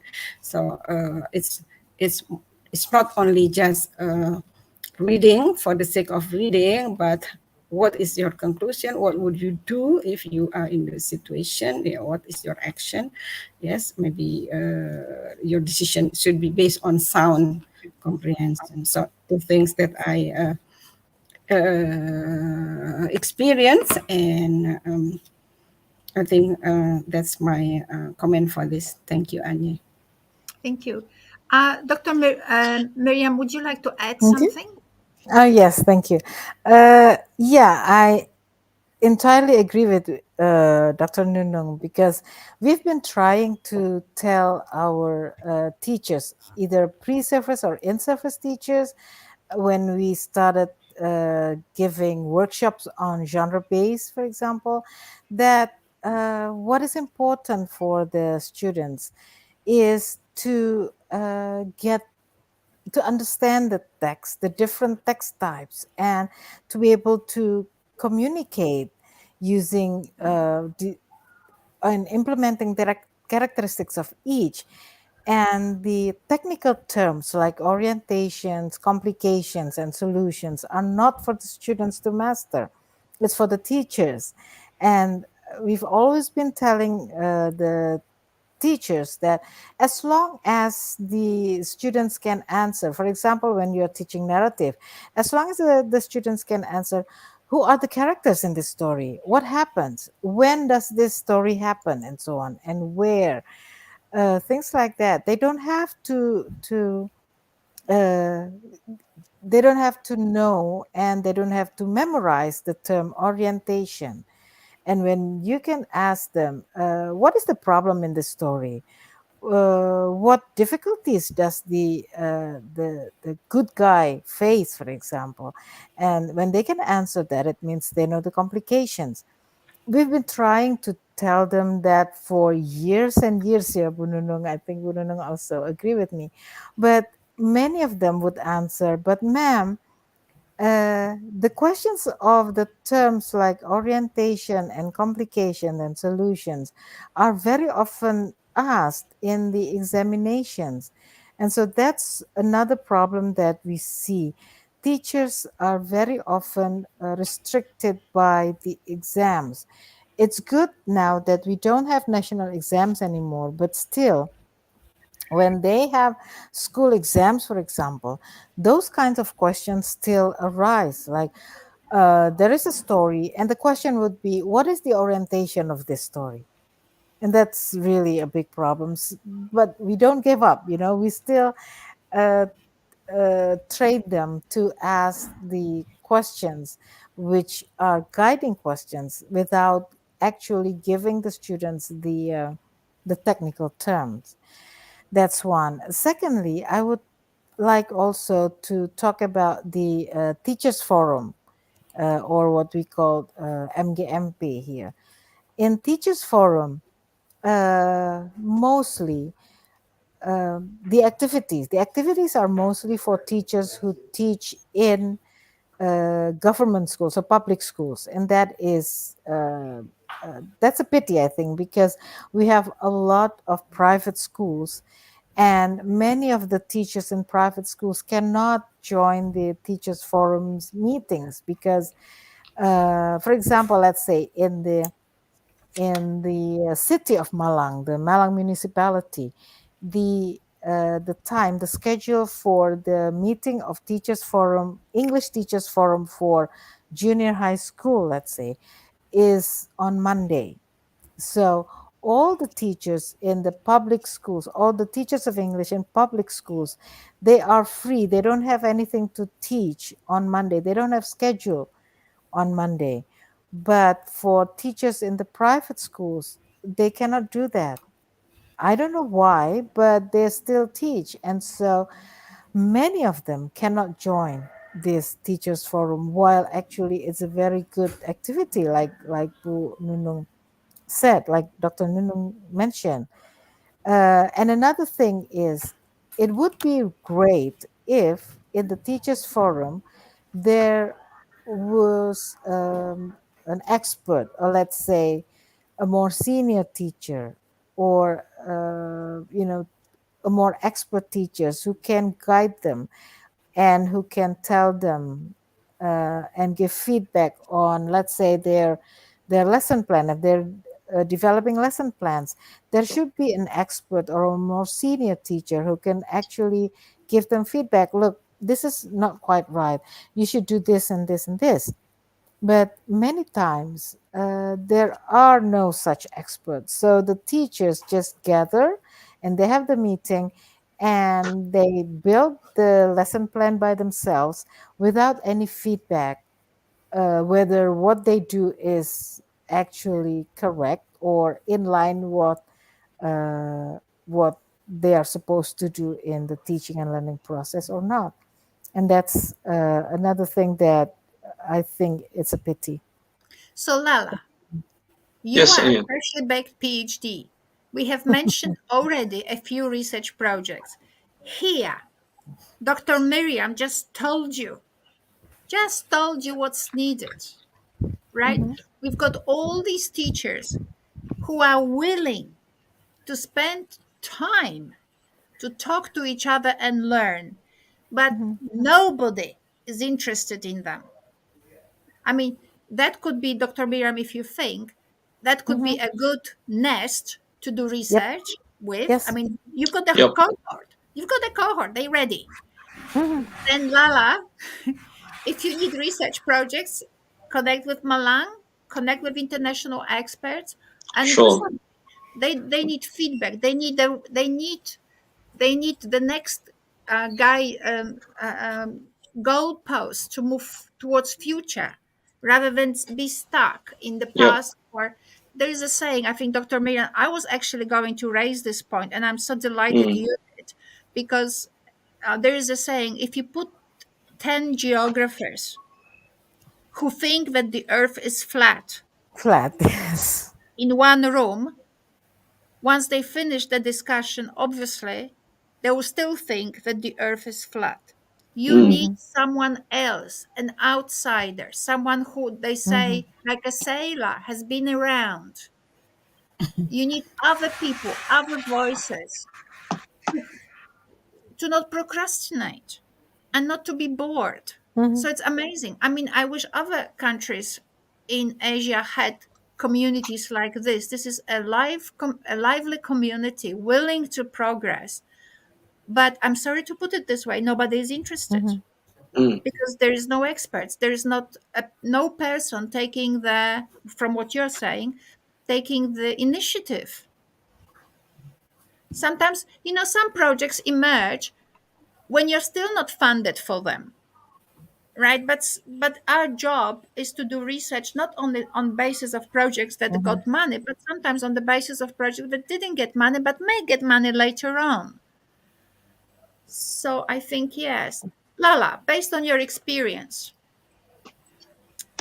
what perspective of it or evidence you can use to help better understand or resolve the problems? Well, I think one of the key insights from my PhD thesis is that uh, we can help the students to transform their learning when we only deal with the essentials, with the fundamentals. Well, that's actually the intention of the new curriculum called Curriculum Merdeka. The government wants to introduce, hey teachers, now it's the time for you to teach English by using a new paradigm. But at the moment, we haven't Mhm. heard any experts, for example, talking about what new paradigm actually is. So in my thesis, because I and Anya and Andrew developed a new ways of doing things, we developed a new pedagogy called multisensorial load reduction strategies. We teach academic writing of English by using emotions and intonation, for instance. Well, that's very much evidence based because when we process an information, actually intonation will be the first component that is processed by the right brain, and also the emotions are also prioritized by the brain to be processed. So I think yes, we need to develop a new, bigger forum for researchers, teachers, and lecturers in Indonesia. We have to move forward. Um, and in Mhm. 2022, I mean this year, UNICEF, UNESCO, and World Bank has published that short book called "Where We Are on Education Recovery," and UNICEF, UNESCO are urging every government in the world to reach every child and retain them in school, right? To assess their learning levels. That's the very reason we have to develop different types of diagnostic tests because the new curriculum is actually using CFR level. But I'm not sure if Mhm. there is any expert talking about this, promoting differentiated types of English language learning in the context of post-pandemic era, blah, blah, blah. And I think number three is very important. We have to prioritize teaching the fundamentals. I think, yes, intonation is the fundamentals, not grammar anymore. Emotions is not.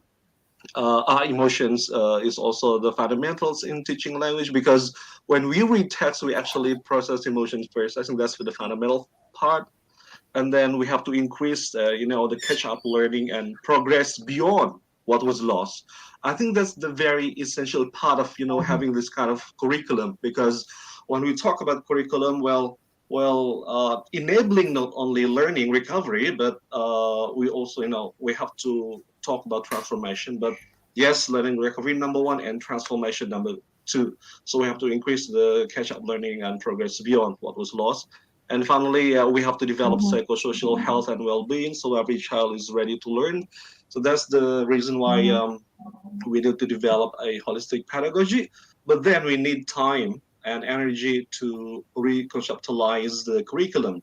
And then I think it is now the right time to talk about curriculum innovation because we don't want to see a dead curriculum. We don't want to see any inert curriculum, but we want to have imaginative curriculum. We want to have romantic curriculum, as mentioned by Mash, I think, 2009.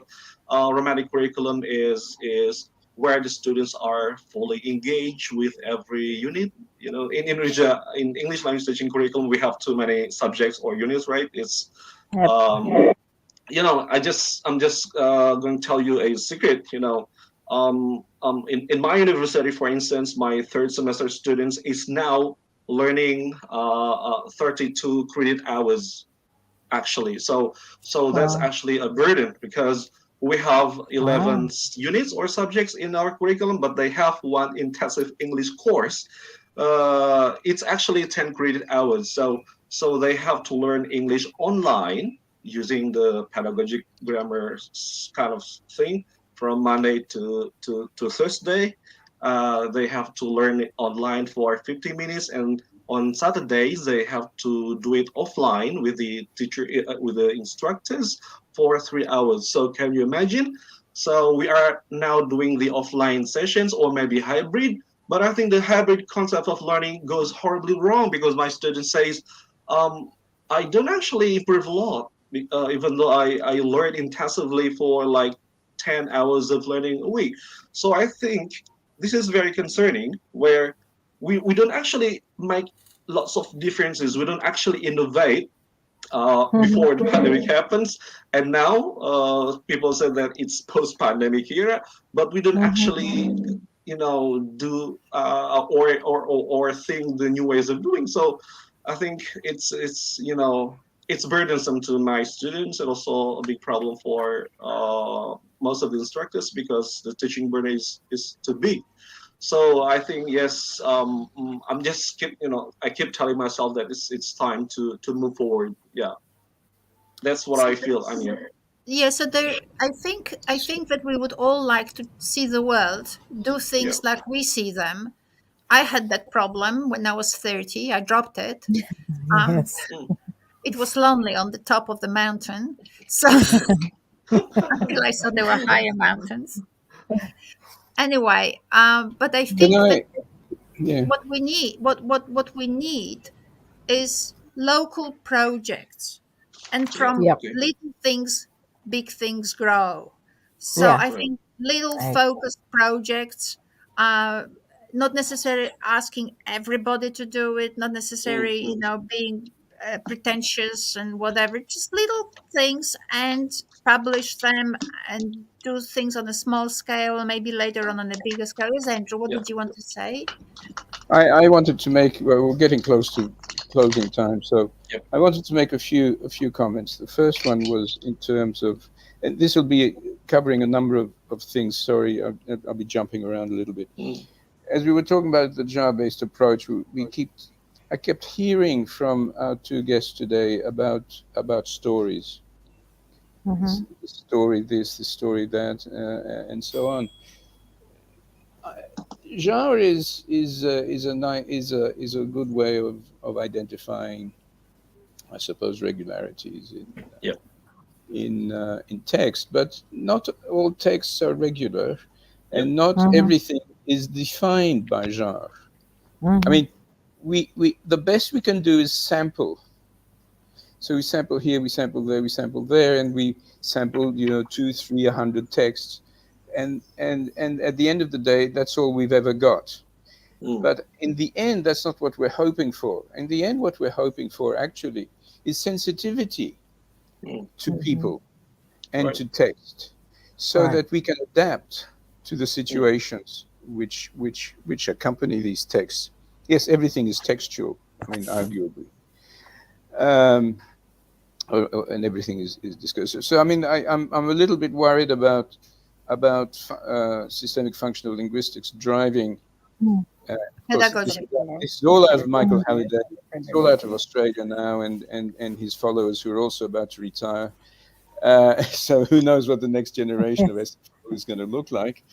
But the point is that it's been a very important point in the development of linguistics. But it is linguistics, not pedagogy, Mhm. and Yep. and I think that's the danger of it to some extent.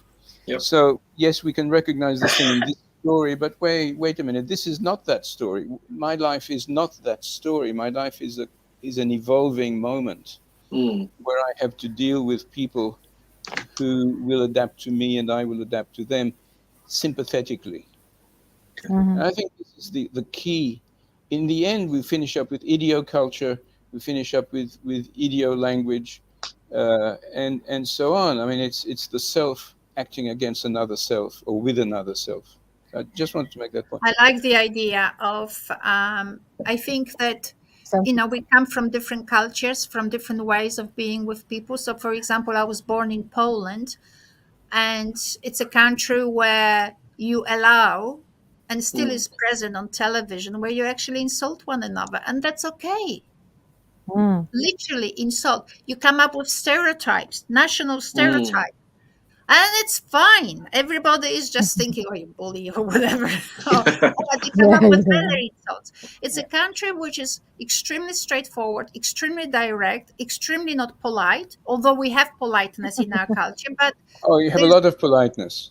we have a lot of politeness. But push the boundary, and you see the demons. So I Mhm, think that the idea, well, I had to learn a lot of how not to be when I moved to the Anglo-Saxon culture, right? I had to learn a lot. Also, you had to learn. I had to learn a lot of systems of reference that I didn't have. So I think I like that idea, but we need to be able. How did you put it? Be sensitive to one another, or be able It's to. very look. It's all good. I mean, it's all we can be as scientific as we like. At the end of the day, we are all different. We're all individuals, and we all Mm. have to interact with each other. The Yep. key Yep, to Yep. it seems to be that that's we true. need to do it in a nice way, so that we get Mhm. along with each other instead of trying to dislike each other. I Yep. think Right. So one it's of really the. simple. So if I can quote. Look. I mean, I know I'm making it even simpler than it is, but that is the key. I mean, we've never, we meet people, we get on with them, we are nice, we work together, and it's great. So Yep. that's one point. The So second point I wanted to make was about the teachers forum and experts. Mhm. Experts are a two-edged sword. Experts can either come and keep telling you the things that they want you to that you are obliged to do because Mm. you know the SFL model has been mandated by government. So you must do Mhm. this. A different kind of expert might be to bring in outliers. In other words, you don't just bring in the mainstream people, you bring people who are on the edge Yep. and who will say, wait a minute, how about we work, and I'll tell you about an experiment we've just done, several experiments we've just done. How about instead of worrying about the grammar or about the text genre or about the turns in text or about Mm. all of this, how about we just focus on the physical auditory signal in a listening comprehension, let's say passage. I don't want to talk about, but Mm. but in listening. Okay, Mm. so we've just done a couple of experiments. One in China using fMRI technology and electroencephalograms, and a second one we've just done also in China using what's called dichotic listening, where we put one where we mix two signals through the ears. Through the left ear, they got a melody and intonation. Through the right ear, they got the synchronized with the original text.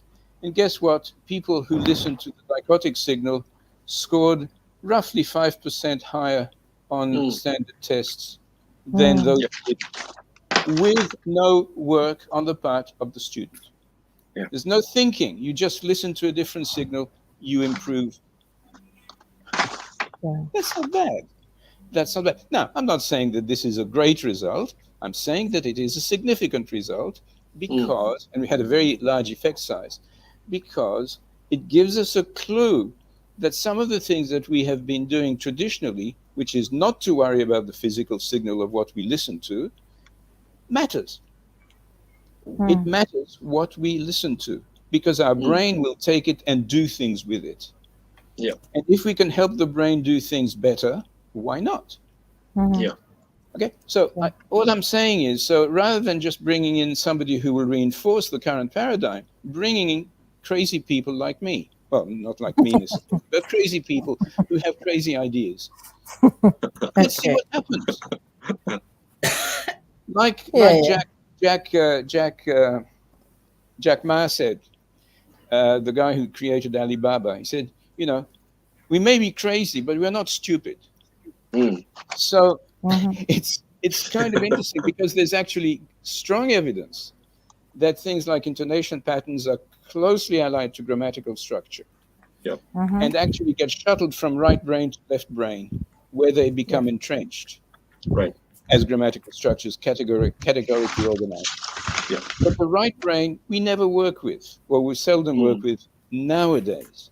Mm. But it's there and it's doing things all the time. So why not use it? those people are not crazy or stupid, and it's not about. It's not just us. It's also Greg. I think Greg Thomas. No, Gary Thomas. Gary Gary Thomas Oh Thomas. with a yeah, Yep. Gary single. Thomas. Gary with a single R was saying similar things. Professor from University of Sussex also was saying things. So you can have two ways of introducing innovation. The first one is just an ad hoc or random idea that comes from God whispered to you at night. Yes. And there's nothing wrong with that. But the other one is to once God whispers to you, you might actually want to look a little bit. maybe there's something out there that would justify it, so you can Mm. actually have a stronger argument for innovation. um, Mhm. I think, And and that's what I was meaning by those local projects. You don't change the world by Yeah. right, removing. You just do little things.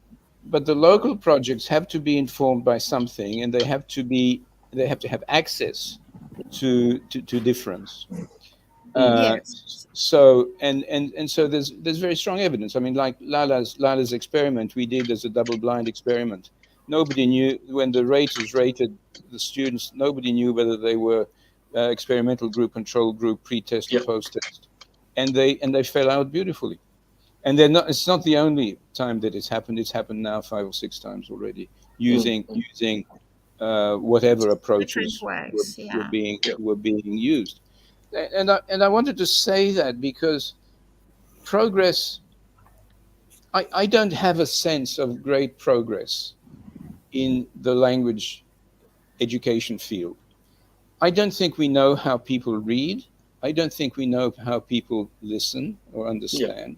I don't think we know how people perceive sound well enough to produce intelligible language.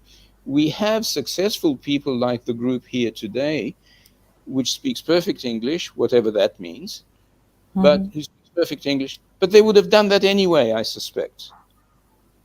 We're now in a kind of the bind that countries like the Southeast Asian countries are in is that they want mass Mm. adoption somehow, not exactly bilingualism, but enough English to be spoken to be useful for the development of the nation.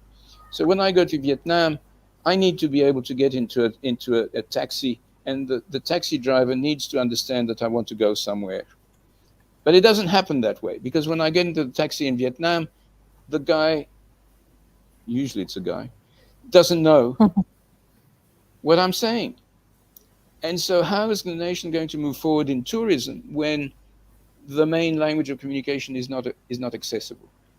Yeah. I wanted to say something on the point that you said that we're here a lot but would learn English anyway. I don't think it's the case. I think, if you remember, you've been my editor of my texts for a long time, 30 years. Who, me? And what happened was, when I actually developed my own method, let's call it discourse analysis. Okay, let's call it discourse analysis. Only then I started receiving from Andrew texts that he checked for English that were coming pretty much without any corrections. Only then. But it took me, the 80s, the 90s, the 2000s, like it took me many, many decades to get where Mm. I am. So what I'm saying is, I can now not only speak, but definitely write better, because I've worked out the way. But Mm. does it have to take anyone else so many decades? And on top of it, not everybody is a linguist and has an eye for seeing Yeah. patterns or different patterns and so on. So I think that, yes, Andrew, some of us would have learned no matter what. But I think when it Yeah. comes to the point when you actually can use language internationally and in your profession, I think it's hard.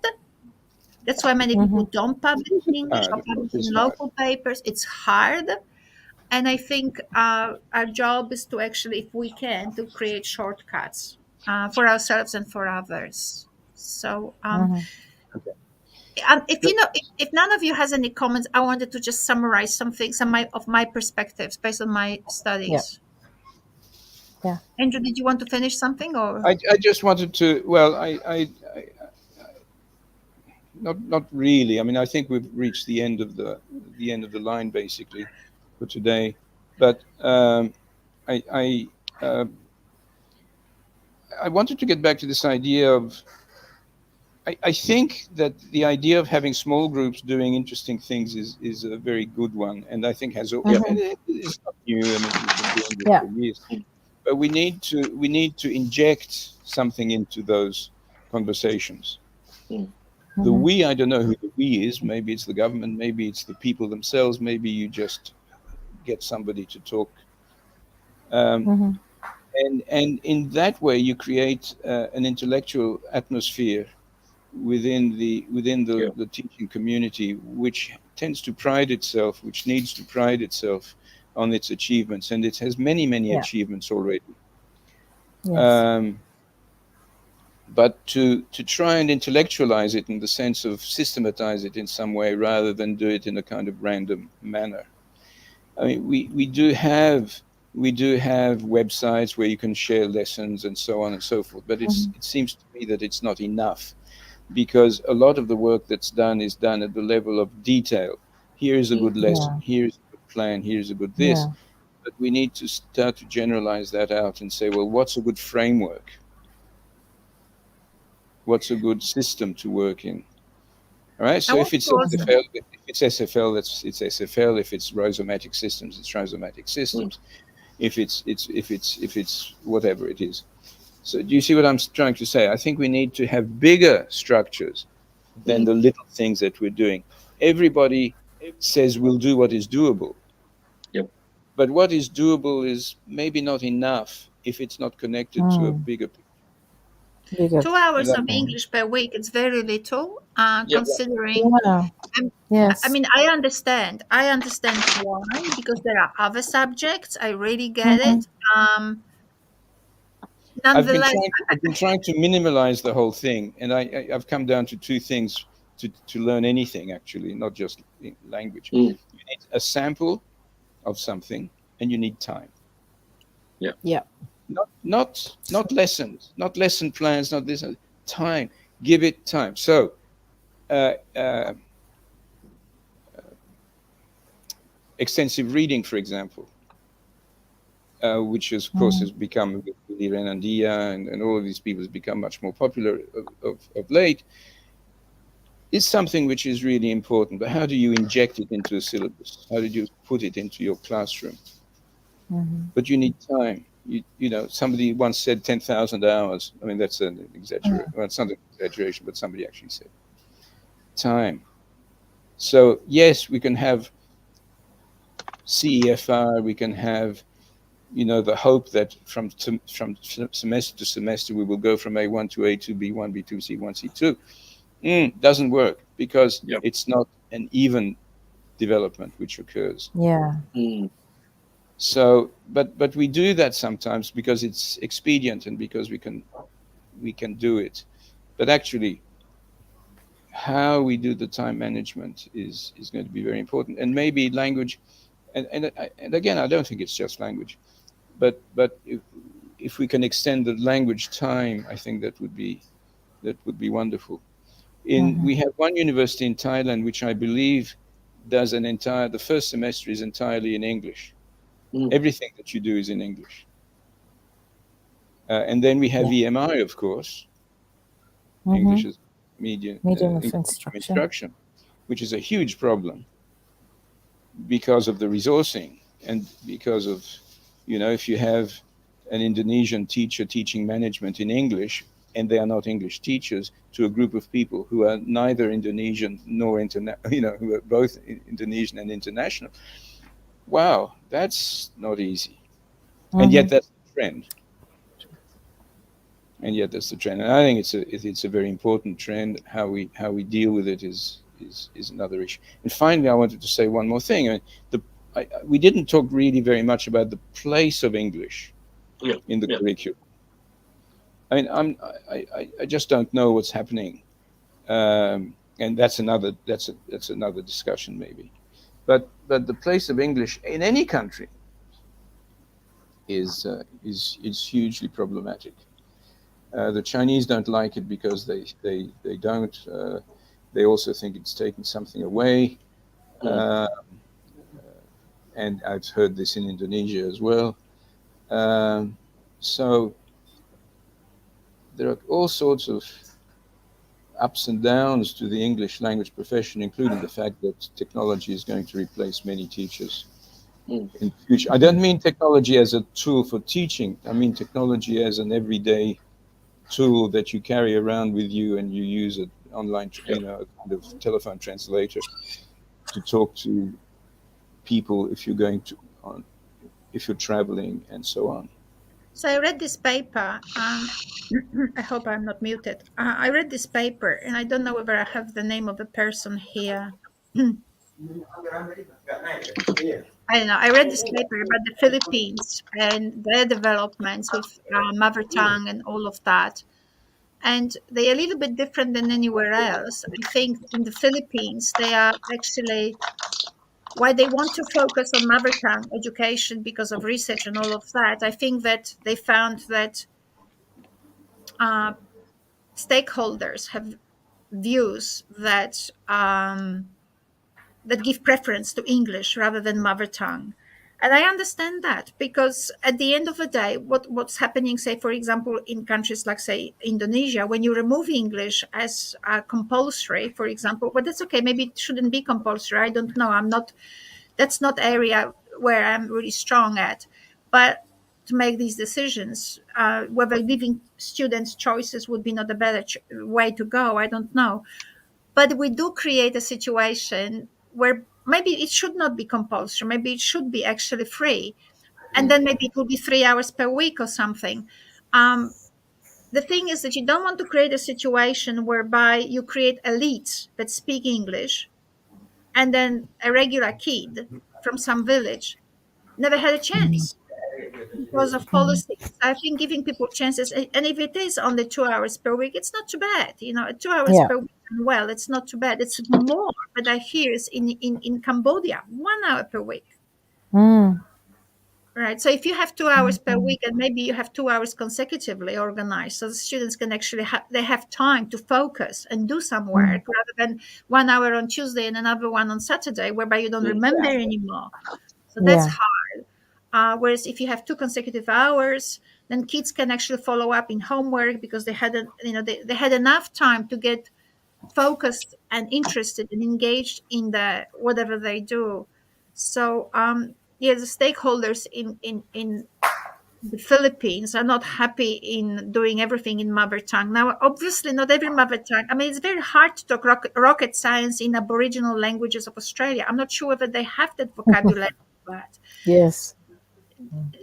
rocket science didn't develop uh, Interaksi. in their language. I'm sure that a lot of countries that didn't actually have that discipline, they had to actually invent. That's why a lot of words come from different cultures, or from from English, for example, or French or whatever, because we had to borrow those terms because they didn't exist. If I may just hijack a little bit our thing, I looked at the study by Nami Lor. She's got a very complicated Christian name, so I can't pronounce it. But she can't pronounce it either because she calls herself Nami. So let's Mm. stay with Nami. So basically, the outcome of her thesis was something that actually you both, our both guests mentioned today, was that sort of forum, right? But the teachers were, from what I'm gathering, they are lonely there. It's not moving forward, right? Mm. So basically what her research has shown in Cambodia, and she's finished in 2021, so that English language education stakeholders in Cambodia do not work as a community. Everybody's doing their little job, and they don't work as a community, and pointed to a lack of leadership from the English language research community. It's not that there's no research, it's just that they're not interested in doing school projects. And most of the time, they do research on something that interests them in the context of higher education. It's not really, and whatever topic they come up with. But there's hardly any work done in schools, probably none, I don't know, done by Cambodian English language teachers, teacher educators in schools. So the discipline, therefore, because there is no research in schools, it's basically left without a shared vision. We don't know where we're going. Stakeholders struggling to meet the new policy demand, and education as a result compromising its new transformative objectives. So they have a lovely national curriculum, but um, as I'm not sure whether my slide next one is about it, but basically, if you read the literature review in that doctoral thesis, it's probably online now at Charles Darwin University. Um, people write research about English teaching, but make absolutely no connections to the curriculum. So I wonder, where did you get that problem from? And how do you know you defined or framed the problem in a way that is interesting or relevant, right? So it was a bit sad. Then we did a number of pattern findings, but this one was basically about communication patterns. And if you look at the schools in relation to any aspects of change management, schools do not talk at all to researchers. Did you see no single square is ticked? Mm. Only thing that where you can see the tick under institutional support, it's because teachers expressed the wish to collaborate with researchers. Yeah. So we had to acknowledge it as a tick. But there is no dialogue in any of the aspects. Teachers talk to teachers, and teachers think that particular things relevant to those change management criteria we found, they think that the job of in relation to these things is the ministry job. Hardly the teachers can see themselves as change management leaders in the community. For them, community, from what I read, was basically talking to NGOs, getting some native speakers to teach, getting some bicycles, getting some books. English is about being in the community, and community as people were not included. So I wanted to make these remarks. Sorry, we're going really. Um, Hey, I talk. So there's a article we are publishing. I mean, as a result of Nami's PhD, she organized a research project in Cambodia, and we ran this project. And part of the findings will be published in this book. It's coming out sometime in October. But this is where we made the point that people did not talk professionally, right? It's just wasn't there. So when we asked the reference group for comments, so either they didn't comment or they commented literally in a way that was not engaging professional um, discourses, curriculum, any markers that you would expect from a teacher educator. So what I wanted to say just very quickly, if anybody is still actually listening or will be watching this, I wanted to talk a little bit about accountability. So accountability comes from a strong rationale. So what I honestly think that one of our jobs as teacher educators is actually to grab that curriculum and think now what discourses we can create to better understand what the objectives identified in the curriculum actually mean. So I talk about theorizing, my method for working, for interpreting and for working with the curriculum, theorizing my way, not to see the curriculum as a pedagogic document, but to see it as a policy document, political document. It's a political document. So it says, for example, in terms of description, politically it says description matters, but it doesn't tell me anything pedagogically about it. So I need to now assert my own authority over that objective, what it means that I need to actually make students be able to describe things, for example. So we need to theorize methods. So these are my sort of experiences that I've accumulated over the decades, and also my own research. And most of my research is with other people because alone it is lonely. You get bogged down in your own bias. Mm. So I referred here people to this article. It's on my ResearchGate if you ever want to look, and I'll show you what we did. Obviously, I have now expanded that. That was done in 2017 based on my knowledge and my students' knowledge in 2015 and the literature she collected in 2015. So that was like yonks ago. But good stuff is in that paper, and what I'll show you is some more, not everything because it's not enough time. So we talked about it in our podcast, I think, too, which is being change blind. Our students are change blind, our teacher educators are change blind. That's normal. We wouldn't be able to live if we saw everything. So we had these principles there identified. But one of the important ones was that perception is problem solving. We don't see what is, we see what matters to us, right? So that's really interesting. So when I talk about curriculum, theorizing curriculum, I'm thinking first, what is it that I know? Yeah. And I obviously scour the internet for everything. Usually on YouTube, because it flashes in front of my eyes. It's more interesting. I don't fall asleep. You do fall asleep and you get bogged down in the text when it's complicated. Anyways, Mhm. there's a lot of stuff out there, and this is how the curriculum in Australia looks like in English literacy. So what you have on the left, you have these large capabilities, general capabilities. On the top, you have the cross-curriculum priorities, which is consideration of the regional of the community in the region, what they contribute, who they are, how we work with them, our relationships. And then here you've got these three dimensions: language, literature, and literacy. And this is when people go crazy. And crazy, I mean, when you don't have this, what I know, and what was the next one? What did I say? And so what I know, then that's the curriculum structure. So you've got three here. And people go, well, today we will go and do punctuation. Yep. I'm going like, this is how you hear when teachers complain that the curriculum is long, too long. Because Mhm. if you were to do sentences and clauses level grammar, the next week you would do visual language, the next one you would do experimentation. It's just there's not enough life.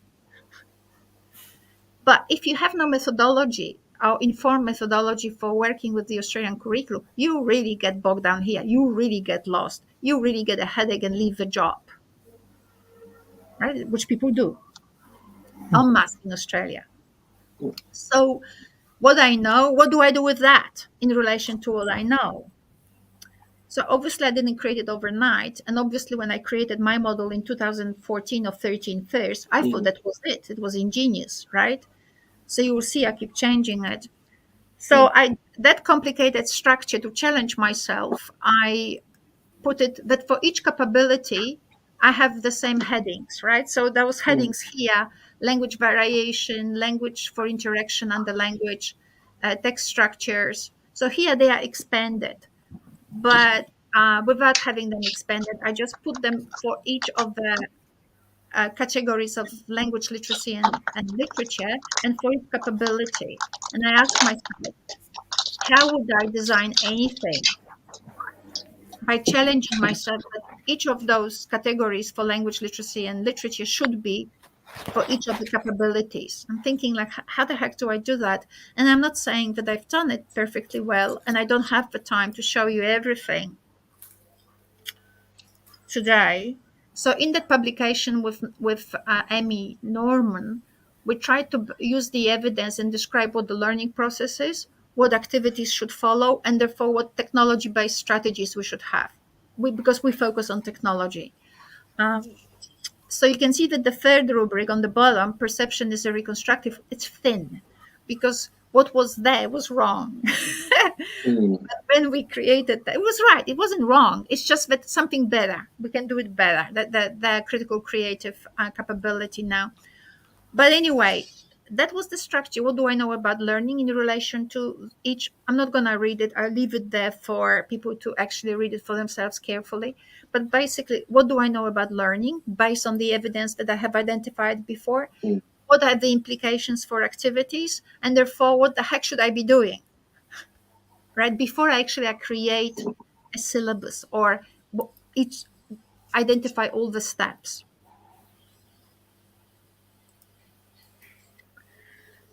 So if children learn by for the transformative impacts, which is like, who am I and who are the people around me, right? Yeah. So that's sort of building those sets of awarenesses. So so I thought to myself, for this one, I think I would use this concept of learning. And it's obviously in that article we reference everything. So children learn by internalizing their subjective interpretations of other people's beliefs. So they don't learn what they are told. They learn by internalizing what they think they heard. So now you need interaction, right?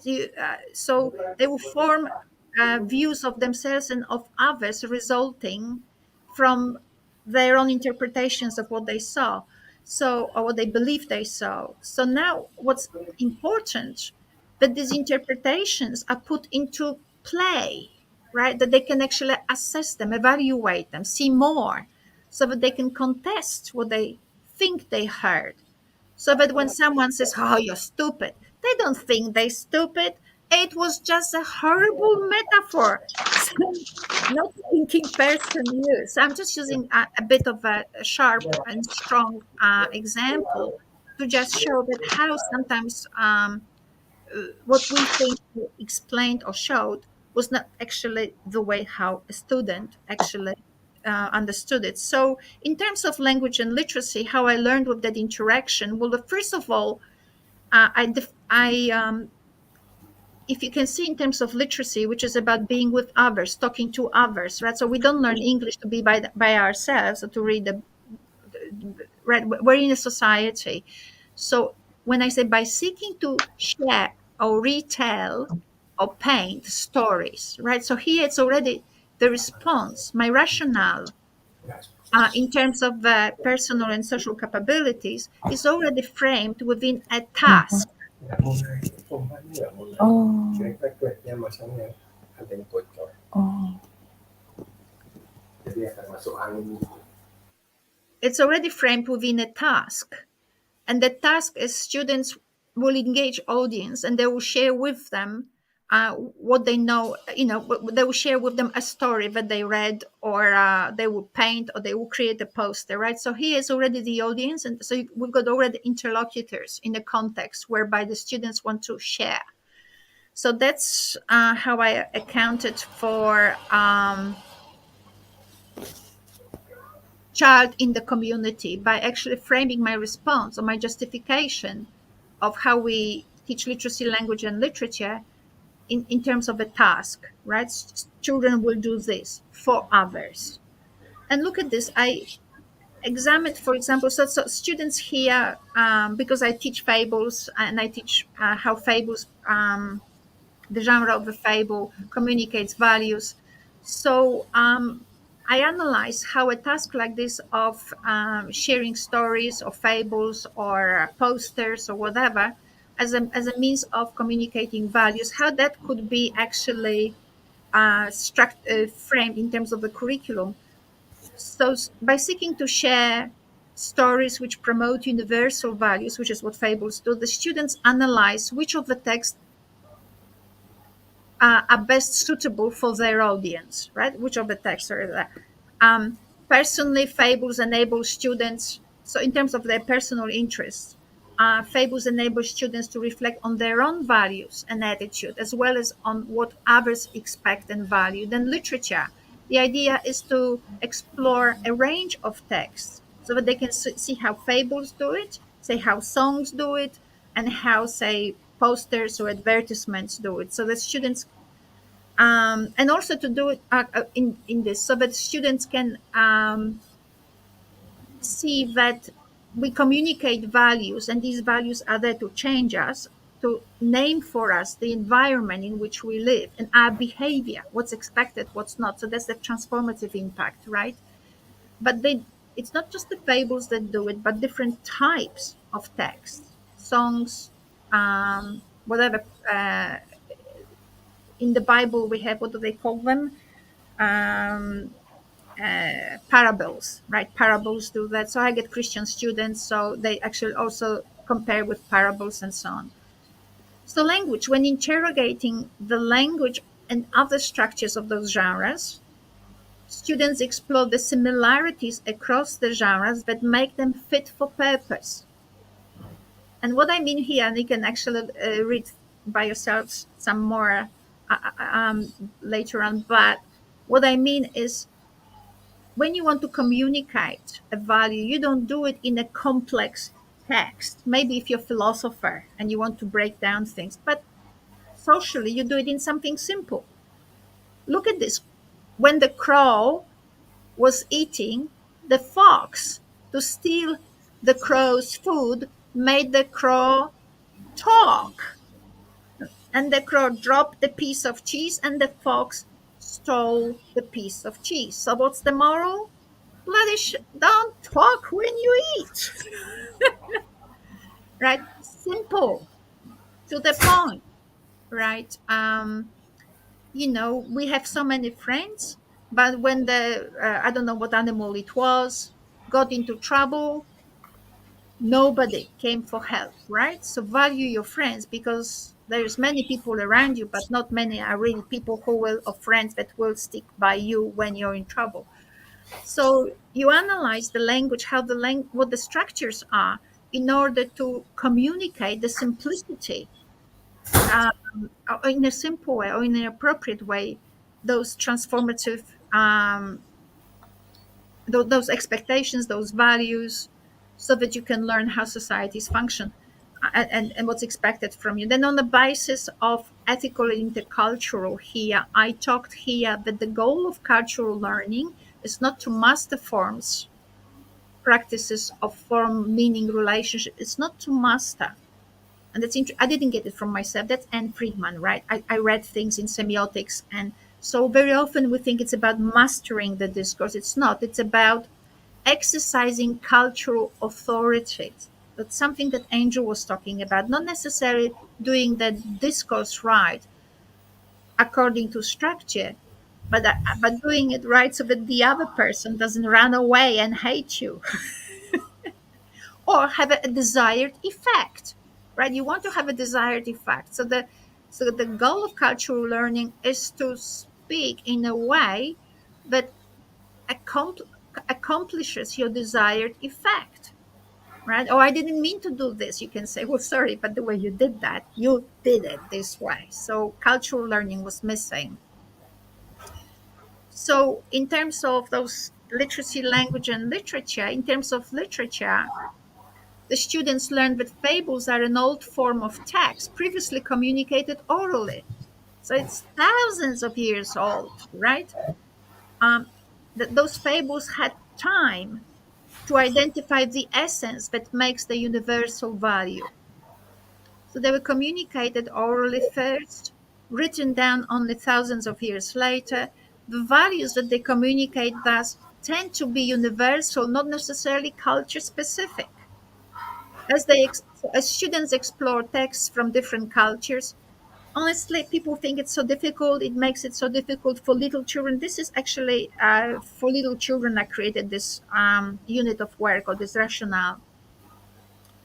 There is a story of two pots in China. How did I find it? I don't remember. I was doing something for Mandarin teachers. So the lesson was that even though one pot was leaking, and the lady was very upset. Oh my God, you're leaking your bad pot. And the story was, but look, as I am leaking, because there were holes in that pot, you are watering all the plants as you go along, right? So even a leaky pot has a value, right? What I did stupidly, I created also a song. One old lady had two pots. One was leaky, one was not, but okay, whatever, right? But the lady did not mind, was whatever. You can create things with children, right? To retell these stories differently, as a story, as a song, and so on, as a poster. But basically, what I'm saying, just because you use stories from China, from Greece, and Aboriginal texts, it doesn't make it difficult. It makes it fun, and that's why I was talking about simplicity. When your senior teacher says to you, "Oh, you do something simple," well, actually, more interesting things, emotionally engaging, are actually simpler because people can relate to them faster. So intercultural capability. So in terms of literature, they explore not just across the genres, but also across cultures.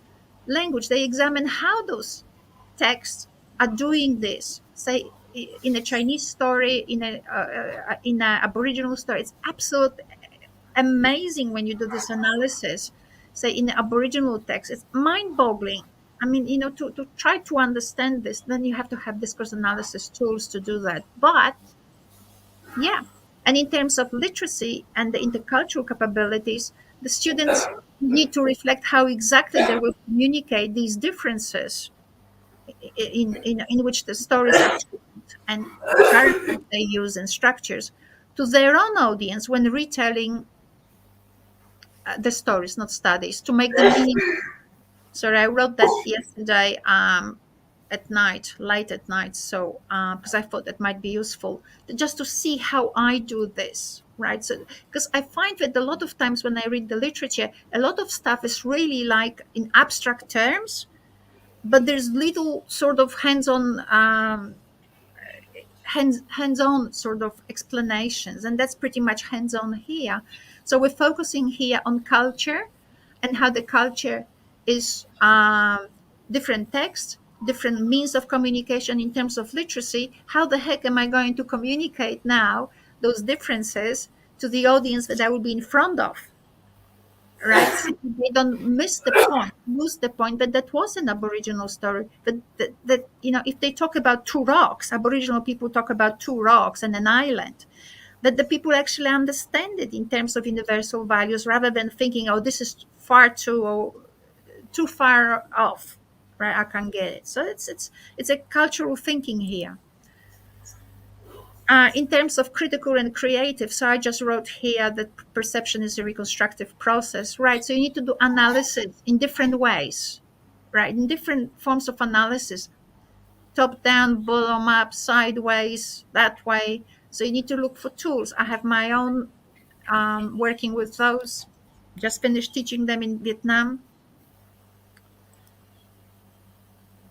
So, in terms of critical, to retell a chosen story or to paint one, the students analyze the communicative difference between the genre, for example, as a fable and a narrative or a poster. So, in terms of, okay, communicative difference, how the elements are played with, compared, contrasted, grouped, metaphors in them, all of that, how these elements are played with, and how they can actually utilize them. So this is a lot of analytical analyzing, synthesizing, comparing, grouping, all of these things, metaphors, looking for problem solving, all these skills, and they take techniques. And I've got mine. People may actually look into the literature if someone doesn't want to commit their time to finding or defining their own, looking into the literature about how to do it. Language, right? Utilize the skills of compare, contrast, analyze. So they learn how how differently a text looks when you are comparing and when you're analyzing it. So this is what's happening. This is what's happening. That's analysis. But synthesis is not retelling. So when you tell the story, when you retell the story about the grasshopper and the ant, you say, one summer's day, a grasshopper was hopping around in a field, and the ant came by. The ant was working hard. The grasshopper told, right? That's retelling. But synthesizing is not retelling. And synthesizing is very good when you want to actually compare and contrast different stories, like the literature review. It's a great skill to have. And utilizing these skills of compare, contrast, and some questioning, students learn to better understand how different texts work with their elements, right? How the fables work with it, how does a poster work with it? I just finished teaching in Vietnam, and it was unbelievable because I have my own ways of looking at text. So even though I gave them categories of analysis, and I have this, and we looked together at a particular poster, it was amazing. Someone said, one of the students said that a sky was lighted on the right and was darker on the left. For the world of it, I looked at that poster for a year, never saw that. And then we realized that the reason why the light was ahead, the light was there because the car was going to the light. And what does the light symbolize? Modern, new day, right? So the car was good to have. If you want to be part of the new day, get a car. It's unbelievable. I mean, so we have tools, and these are aesthetic tools that I use with for discourse analysis. So you can see it's not just a clause or whatever.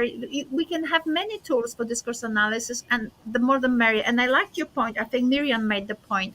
It's not for students to memorize. It's for teachers to use them Mhm.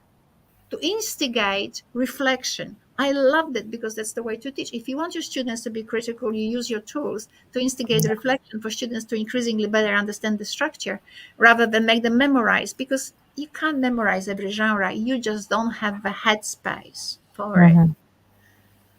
So, unless we have any questions more, I'd be happy for us to close now. We've spoken for quite a while, but longer than normal. But you know, these podcasts are intellectual podcasts. They're not political podcasts whereby we talk about, or they're not news, right?